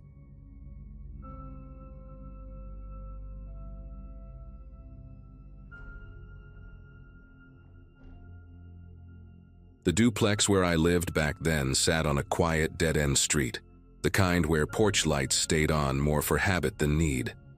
My place was small but comfortable, and my routine was predictable. Early mornings at work, evenings tinkering with small woodworking projects in the kitchen. The neighbor on the other side kept mostly to himself. I barely knew his name, only that he worked irregular hours and never seemed to have visitors. What first caught my attention were the sounds. Slow, dragging thuds coming from outside well past midnight. At first I assumed he was rearranging something in his yard, but the timing felt strange enough for me to start paying more attention. Over the next few weeks, those late-night noises returned like clockwork. Whenever I peered through my blinds, I'd catch glimpses of him hauling heavy contractor bags from his back door toward the fence. The bags sagged in a way that suggested something dense was inside, and he carried them with a stiff, purposeful grip. The way he moved reminded me of someone following a plan rather than dealing with random chores. One night I leaned closer to the window and noticed how he paused before every trip, scanning the yard as if checking for witnesses. Something about that careful routine stirred a quiet unease in me, the kind that settles in your chest and refuses to leave. Little later, a chemical smell began drifting between our yards. It had a sharp bite to it, the sort of odor you'd expect from paint thinner mixed with burnt plastic. It showed up randomly, sometimes at dawn, sometimes around dinner, and lingered longer than made sense. I tried mentioning it casually to another neighbor across the street, and she told me she'd been smelling it too, especially on humid nights when the air felt thick. She joked that maybe he was starting some kind of home renovation, but there was no laughter behind it. People had begun closing their windows earlier, even on breezy evenings that usually felt perfect outside. Then came the night I actually saw him digging. I stepped into my kitchen for water and noticed movement near the fence. He was crouched low, carving out a narrow trench beside a row of bushes. He worked fast, almost frantically, pushing dirt aside with sharp shovels full. When the motion light snapped on above my back door, he jerked upright and swept something into the hole with his sleeve before packing the soil back down. He kept glancing toward my windows while smoothing the ground with his palms, leaving the surface oddly level, as if he'd rehearsed that exact motion. I remember standing there, glass in hand, feeling this sinking awareness that whatever he was doing, he didn't want anyone seeing it. A few mornings after that digging incident, the chemical smell hit harder than before. So sharp it clung to the back of my throat. I stepped outside to check if something had spilled near my place, but the odor clearly drifted from his side of the fence. That's when I noticed small scorch-like patches in the grass near where he'd been working, as if something had leaked and eaten through the blades. The rest of the yard was normal, but those patches stood out like bruises on the ground. I remember thinking about whether I should report it, but there was nothing concrete to point to. Just smells, noises, and glimpses through blinds. Still, something in the air felt charged, like the tension right before a storm breaks. Around that time, the landlord sent out a message about a routine pest inspection scheduled for the end of the week. It wasn't unusual. He did it every year, but the timing couldn't have been worse for my neighbor. The next evening, as I pulled into the driveway, I saw him standing beside a rental truck, one of those medium-sized box trucks with faded decals, the kind people use when they're in a hurry to move. He was stuffing more contractor bags inside, tossing them with a speed that didn't match the calm expression he kept forcing onto his face. Even from a distance, his movements looked jittery, like he couldn't get the truck loaded fast enough. He didn't acknowledge me, didn't nod. Didn't do anything except rush back and forth between his door and the truck. That night, well past midnight, the sounds returned, but this time they were sharper, more desperate. Instead of the steady thuds I'd grown accustomed to, I heard scraping, dragging, and the clatter of something metallic hitting concrete. The rental truck's rear door slammed again and again. Every time I tried to peek outside, he was either disappearing behind the truck or rushing into the duplex with an empty dolly. The whole street was silent except for him, and each noise cut through the air like it didn't belong in a neighborhood at that hour. There was this prickling awareness in me, a sense that something was nearing its end. Whatever he'd been doing, he was trying to erase it before the inspection. By sunrise, the truck was gone, completely. No trace of it except for faint tire marks on the pavement. The yard was quiet. The air smelled like nothing. It felt almost eerie how abruptly everything had stopped, as if someone had flipped a switch. For the first time in weeks, there were no dragging sounds, no hovering chemical scent creeping across the fence. I walked out back later that afternoon and noticed the soil near the bushes looked uneven again, but not freshly dug, more like something heavy had pressed into it. Shallow depressions ran in a line along the fence, subtle but definitely there. When I crouched closer, the dirt seemed disturbed in a patterned way, as if things had been buried and then hastily removed. The pest inspector arrived 2 days later, a quiet man named Fletcher with a clipboard and a pair of boot covers he slipped on before stepping indoors. He didn't mention anything unusual as he moved through my place, but when he went next door, he paused on the front porch for a long moment. The neighbor's unit was completely empty, doors open, blinds drawn up halfway, and a faint echo drifting out as if the walls had just been stripped bare. Fletcher walked through slowly, peering along the baseboards and checking cabinets, but he eventually returned, shaking his head, saying the place felt hollow. After he left, the landlord stopped by briefly, muttering about an early termination of the lease and unpaid fees, though he didn't seem too surprised. People came and went in that building often, but something about this departure unsettled him more than he admitted. Over the next week, the yard began to change in a way I couldn't ignore. The depressions along the fence grew more pronounced, almost like the ground was settling from the inside out. I tried brushing my shoe over one of them, expecting it to feel firm, but the soil shifted under the surface, soft in a way that didn't match the surrounding earth.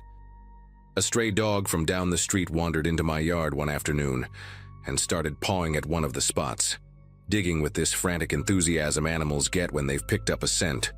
I had to shoo it away, but the claw marks it left behind revealed darker soil beneath, packed in uneven layers that didn't look natural. Seeing that patch exposed stirred something uneasy deep in my gut. News among the neighbors traveled quickly. Everyone had heard the late-night noises. Everyone had smelled the chemical fumes, and now everyone had their own theory. Some whispered about hazardous waste. Others pointed out the scorch patches in the grass and suggested he'd been burning something he shouldn't. A few people even wondered aloud if the bags he carried held something more disturbing. The landlord considered calling in a soil test, but after a few days of silence, he backed out, claiming the cost wouldn't be worth it unless someone filed a formal complaint. No one wanted to be the one to sign their name on that kind of paperwork. Fear hung over the street in a quiet, unspoken way. Nobody wanted answers badly enough to risk what they might find.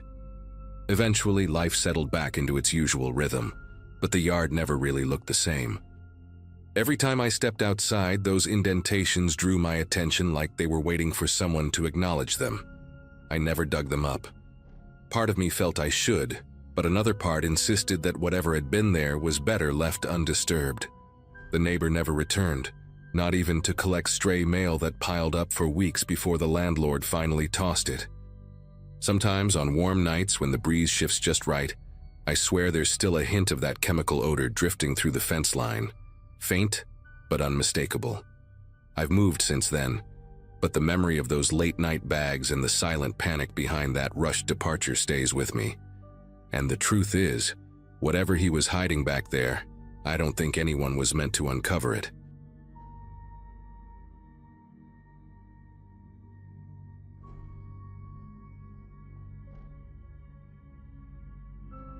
Moving into that upstairs apartment felt like a reset I desperately needed. Work was steady, my schedule was predictable, and living on my own again gave me a sense of control I hadn't felt in a long time. The building was older, the kind with narrow staircases and vents that hummed faintly at night, but it suited me. I remember unpacking that first weekend, humming along to music, trying to make the place feel like mine. The only thing that caught my attention early on was the downstairs neighbor's bass, deep, heavy, and always past midnight. I didn't think much of it at first. People have habits, and I wasn't trying to be difficult. When I finally knocked on his door and asked, as politely as I could, if he could lower it after midnight, he just stared through the crack like he was studying the shape of my voice. He didn't say yes, didn't say no, just closed the door slowly, as though testing how long I'd stand there. The next morning, stepping out for work, I found my welcome mat slashed straight down the middle. The cut was so clean it made me stop for a few seconds just to understand what I was looking at. The mat wasn't expensive, but it was personal. I'd brought it from my old place because it reminded me of home. Seeing it destroyed right at my doorway instantly felt targeted. I kept replaying our interaction from the night before, wondering if my request somehow came across as rude. I even checked the hallway camera at the end of the corridor, only to realize it had been unplugged, the cord coiled neatly beside it. That detail bothered me more than the slashed mat. Someone had gone out of their way to make sure nothing was recorded, and in that building, only a handful of tenants knew where that camera was plugged in. A couple of days later, while getting ready for bed, I heard footsteps downstairs. Not unusual in an apartment building, but these were different. They didn't move in a straight line or sound like someone walking naturally. They paced, slow, deliberate steps that shifted direction whenever I did. If I moved toward the kitchen, the footsteps followed along the floor beneath it. If I stopped, they stopped. I stood still for a long minute, listening, hoping it was just pipes contracting or settling, but the pattern was unmistakable. The footsteps were tracking me. I tried brushing it off as paranoia, but the sound had a weight to it, like someone dragging their feet with purpose, matching my movements with eerie accuracy. That night, at around 3 a.m., a soft knocking started at my door, gentle enough to sound hesitant, but persistent enough to keep me awake. No voice followed it. No shifting shadows under the door, just the rhythmic, quiet tapping of someone who knew exactly how to keep a person on edge. Filing a complaint with management felt like the only reasonable thing to do. I explained the noises, the slashed mat, and the knocking, hoping they'd talk to the neighbor or at least check the maintenance logs. Instead, what I got was retaliation I couldn't have imagined. That evening, while I was eating dinner, recordings of my own conversations started playing from the apartment below. My voice crystal clear, repeating ordinary things I'd said while on the phone earlier that day. The sound came through the vents, echoing upward in a warped, hollow way. I remember standing in the middle of my living room, heart racing, suddenly aware of every vent and grate in the place. I didn't even know the units shared ventilation, let alone that someone could use them like a listening system. The worst part wasn't hearing my own words. It was realizing he had chosen what to play. He picked moments where I sounded distracted or tired, as if mocking how unaware I'd been. A few days later, when I walked out to my car before work, I noticed a jagged reflection streaking across the driver's side door. At first I thought it was just dirt catching the sunlight in a weird way. But the closer I got, the clearer it became. Someone had keyed the entire side of my car, carving a message so deeply the metal curled at the edges. I hear everything. The letters were uneven, almost frantic, like whoever did it couldn't control their pressure. My first instinct was to look around the lot, half expecting someone to be watching, but the place was silent except for a distant lawnmower. I felt exposed standing there, as if stepping into my car made me part of some sick game he thought we were playing. I reported it to the landlord and the police, but without cameras or witnesses. They told me there wasn't much they could do besides take note of it. Hearing that made my skin crawl in a way I can still remember. Someone was escalating, and I was the only one who seemed to understand that. The pacing under the floors didn't stop. It grew bolder. Instead of following me only in the evening, It started the moment I got home from work. Heavy steps pressed upward from the wood, slow and methodical, making the floorboards tremble just slightly under my feet. Sometimes it sounded like he was dragging something beneath me, something coarse scraping against the subfloor. I learned the exact rhythm of his movements, the pauses he took, the way he seemed to wait for me to step into a specific spot before continuing. Reached a point where I avoided certain areas of my own apartment because standing over them felt like leaning too close to a stranger's ear. Nights became impossible. The soft knocking at 3 a.m. never stopped. It only grew more confident, almost impatient, tapping in quick bursts like he expected me to answer. One evening, while lying in bed and trying to ignore the faint shuffling beneath the floor, I heard something new. An exhale. A long, shaky breath rising through the cracks in the floorboards directly under my bed. It didn't sound like it came through a vent. It sounded like someone was right beneath me, separated by nothing but wood and a few inches of darkness. I sat up slowly, barely breathing, listening to the faint rasp of air pushing upward. I slid out of bed and grabbed my phone, shining the flashlight across the floor, scanning for any sign of movement. The boards looked normal, untouched, but the breathing continued until I stepped away from the mattress. Then it stopped completely, replaced by the faintest creak, like weight shifting on hands and knees. That was the moment I realized he wasn't just listening, he was moving through the crawl space directly under my room. I confronted the landlord again the next morning, practically begging them to inspect the crawl space, or at least check the locks on the maintenance access. They insisted it was sealed, that no tenant had access to it, and brushed off my claims as old building noises amplified by stress. I even showed them the message scraped into my car, but they seemed more worried about liability than my safety. That night, I pushed my bed toward the opposite corner of the room, away from the area where I'd heard the breathing. It didn't help. The shuffling returned, louder than before, and this time it traveled the full length of the room, stopping under every corner where furniture had been moved. It felt like he was mapping the space, testing how close he could get to each wall and piece of furniture. At one point, a sharp crack jolted through the floor like a board giving under pressure. I remember whispering out loud, asking whoever was down there what they wanted. Of course, there was no answer, just the slow retreat of movement sliding back into the dark. 2 nights later, I caught the first clear sign that he was no longer satisfied with staying beneath the floor. At around 2 a.m., I heard a subtle but steady thumping inside the wall near my bedroom door, too rhythmic to be plumbing, too deliberate to be settling wood. It traveled vertically, like someone climbing between the studs.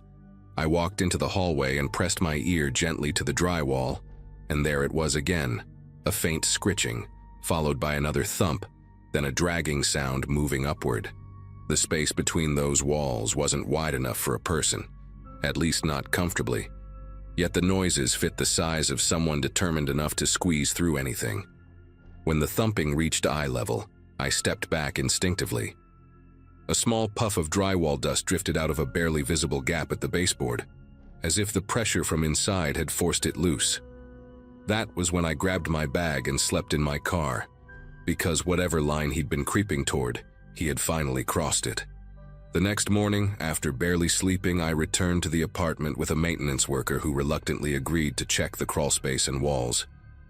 He unlocked the panel behind the laundry room, a panel I hadn't known existed, and the smell that drifted out was stale and metallic, like rust mixed with something sour. He shined his flashlight inside, and I held my breath waiting for him to confirm what I already feared. The beam revealed flattened insulation, scattered food wrappers, and deep indentations in the dust where someone had clearly been crawling on elbows and knees. The worker didn't say much. He just muttered that the access had been tampered with, and that he'd report it. But what unsettled me most wasn't the trail. It was the imprint of a palm near the opening, pressed so hard into the dust that every crease was visible, as if whoever made it paused there often listening. That evening I started packing without telling anyone. I didn't care about breaking the lease or losing the deposit. I just wanted distance from that building. While taking a last box to my car, I noticed movement in the downstairs window, the faint outline of a man standing perfectly still behind the curtains. I couldn't make out his face, but the shape of his body didn't shift, not even slightly. It was as if he'd been waiting the whole time for me to look in his direction. I turned away quickly and kept walking, but a soft tapping started behind the glass, barely audible from outside. It wasn't aggressive. It was the same slow rhythm I'd heard at my door at 3 a.m., like he wanted me to know he recognized the moment I decided to leave.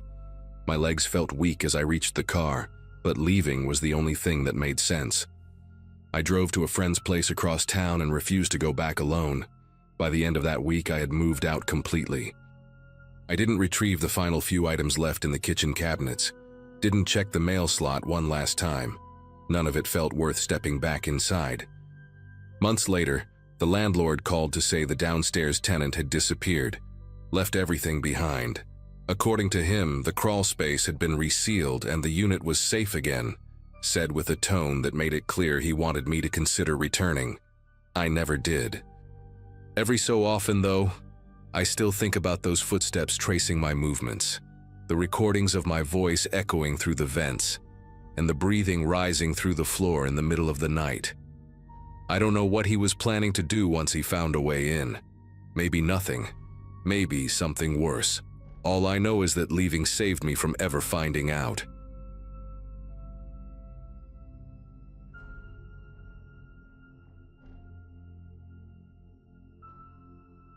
Most of that year had been pretty uneventful for me. I was working long shifts at a small print shop, keeping to myself, and trying to save enough money to move out of the old apartment building I'd been stuck in for far too long. The place wasn't dangerous, just worn out. Thin walls, flickering hallway lights, and a constant smell of burnt toast drifting up from a unit downstairs. Around that time, one of my neighbors, a quiet guy named Evan, lived right across the hall from me. He wasn't the type who made small talk, but he'd nod whenever we passed each other. For months, he'd been predictable in a comfortable way. Same gray jacket, same beat-up sedan parked in the same corner spot, same routine of leaving early and returning late. Nothing about him ever stood out, until one week when everything about him changed. It began with the cameras. I remember unlocking my door and noticing a small black device mounted above Evan's doorframe, angled strangely, not toward the hallway like a normal security measure, but pointed inward, facing his own door as if he expected something to come from inside. Later that day, another one appeared, this time lower, almost at knee height, also aimed directly at his door. The whole setup felt backwards, like he was trying to see who might approach from behind him rather than from the hallway. When he walked past me that evening, he practically jumped even though I barely moved. His eyes darted around as if he were tracking invisible threats, and when he reached the parking lot, he didn't go to his usual spot. He circled the entire lot twice before choosing a space nowhere near the building. Over the next couple of days, his behavior grew more jittery. He'd pause at his door before unlocking it, pressing his ear against the wood as if listening for movement inside. Anytime someone stepped into the hallway, he reacted like the air had suddenly shifted, shoulders tight, gaze locked forward, pretending not to notice anyone walking behind him. One afternoon, I came home early and saw him swapping out one of the cameras for an even smaller one, something almost hidden against the trim. His hands moved quickly, like he'd done it 100 times, but his breathing sounded uneven. He didn't even acknowledge me. Instead, he muttered something under his breath, just a few scrambled words I couldn't make out, and slipped back inside. Things escalated late one night when I woke to frantic voices echoing through the hallway. Not shouting exactly, but hurried and intense, like people trying to keep an argument contained. I cracked my door open just enough to see several men standing outside Evan's apartment. They weren't dressed in uniforms, but something about the way they moved felt coordinated. Heads tilted the same way, backs straight, scanning the hallway with short, sharp glances. They knocked on Evan's door and called him a name I'd never heard before, a name that didn't sound even remotely similar to Evan. Their voices carried a strange mix of impatience and certainty, like they knew he was inside. When one of them spotted me watching, the entire group went silent. They didn't threaten me, didn't say a word. They just stepped back, exchanged looks, and vanished down the stairwell so quickly it barely felt real. By the next morning, the hallway felt different, emptier somehow, as if the night had peeled something away. I knocked gently on Evan's door before leaving for work, more out of concern than curiosity, but the sound echoed without any response. When I came back that afternoon, the cameras were gone. Not just removed, but completely stripped away, leaving faint outlines where the adhesive had been. Through the crack beneath his door, I no longer saw the thin line of light he usually kept on. The place felt hollow. The following day confirmed it. Movers carried out the last of his belongings in silence, and by evening the apartment stood entirely bare. No furniture, no bags, no stray items forgotten in a rush, just a spotless, empty unit that looked as if no one had lived there at all. The building should have settled back into its usual rhythms after that, but it didn't. 2 nights after Evan's sudden disappearance, a strange metallic sound woke me up, something like someone testing a doorknob with the patience of a lockpicker. I sat up, listening. It wasn't my door, it came from across the hall. Footsteps moved slowly, deliberately, stopping and starting in irregular intervals. I opened my peephole just enough to see 3 silhouettes in the hallway. These weren't the same men from before. Their posture, their clothing, even their presence felt different. Less organized, more restless. One of them knelt by Evan's old door while another drifted toward the mailboxes, inspecting each lock with an unsettling calm. At first, I thought they might be new tenants who'd gotten the wrong unit, but they carried no bags, no papers, nothing that suggested they belonged there. They didn't speak to each other either. Every movement seemed purposeful, as if they had instructions they didn't need to repeat out loud. The one at the door pressed his ear against it, not in a curious way, but like someone confirming whether a long-lost echo still lived behind the wood. When he pulled back, he tried the handle slowly, deliberately, before giving a small shake of his head. Then all 3 drifted down the hallway, not together exactly, but keeping the same slow, steady pace as they descended the stairs. Their visits didn't stop after that night. They came again the next, and again the one after. Always late, always quiet. Sometimes it was just one person lingering near the vacant unit, other times 2 or 3. A couple of them returned to the mailboxes and checked each slot carefully, tapping the locks as though listening for a specific sound only they understood. Once I heard someone whisper a word, too soft to catch, but the tone carried the weight of recognition, like whatever name they were using still mattered to them. It became obvious they weren't looking for an apartment. They were looking for him, still convinced he might be hiding somewhere close. The longer this went on, the more I felt the building shifting under it. People who had lived there for years suddenly kept their doors locked at all times, even in the daytime. Conversations in the stairwell stopped the moment these strangers appeared, as if the entire place had quietly agreed not to draw attention. I caught glimpses of them moving through the parking lot too, checking cars, pausing at empty spaces, scanning the rows like they were matching something against a memory. Sometimes one of them would linger near the tree by the sidewalk, looking up at the windows with a blank sort of focus, not searching the building exactly, but marking it, as if making sure it hadn't changed since the last time they came. What unnerved me most was how they treated the empty apartment across the hall. They acted like it was still occupied, still important, still holding something they needed to confirm or retrieve. One night I heard a soft scrape from their side of the hallway, like someone running a fingertip along the door frame, tracing the outline of where the cameras had once been. The sound stretched on long enough that I had to press a hand against my own chest to steady myself. Every instinct said not to open my door. The hallway lights flickered during their visits too, but not in the usual dying bulb kind of way. It was more like the lights dimmed just slightly whenever they passed beneath them, as though their presence disrupted something delicate in the wiring. On the 5th night, I heard footsteps stop directly in front of my door, not the tentative kind, not the sort that fumble looking for a number. They paused with intention. I stayed completely still, listening to breaths that were too controlled, too measured. Then came the softest tap against my doorknob. Not a twist, not a push, just a touch, like someone testing whether I would respond. I didn't move. After a few seconds, the footsteps shifted back toward the empty unit. A man's voice murmured something low, followed by a faint reply from farther down the hall. Their footsteps drifted away in no real hurry, as if they had all the time in the world to keep circling back. Eventually, I realized that waiting for them to stop wasn't a plan. It was just me hoping the problem would solve itself. So the next morning, I told the building manager everything. Every late-night visit, every door check, every time someone lingered by the mailboxes. She frowned like she wanted to dismiss it, but couldn't. By that afternoon, she'd installed new hallway cameras and scheduled a full lock replacement for every unit on the floor. The strange visits didn't stop immediately, but they changed. The strangers returned once more, looked straight at the new cameras, and left without touching a single door. After that, they were gone. No more footsteps at night. No more tapping on doorknobs. No more figures drifting in the parking lot. Evan never came back, and nobody who moved in after him stayed longer than a month, but the hallway finally went quiet again,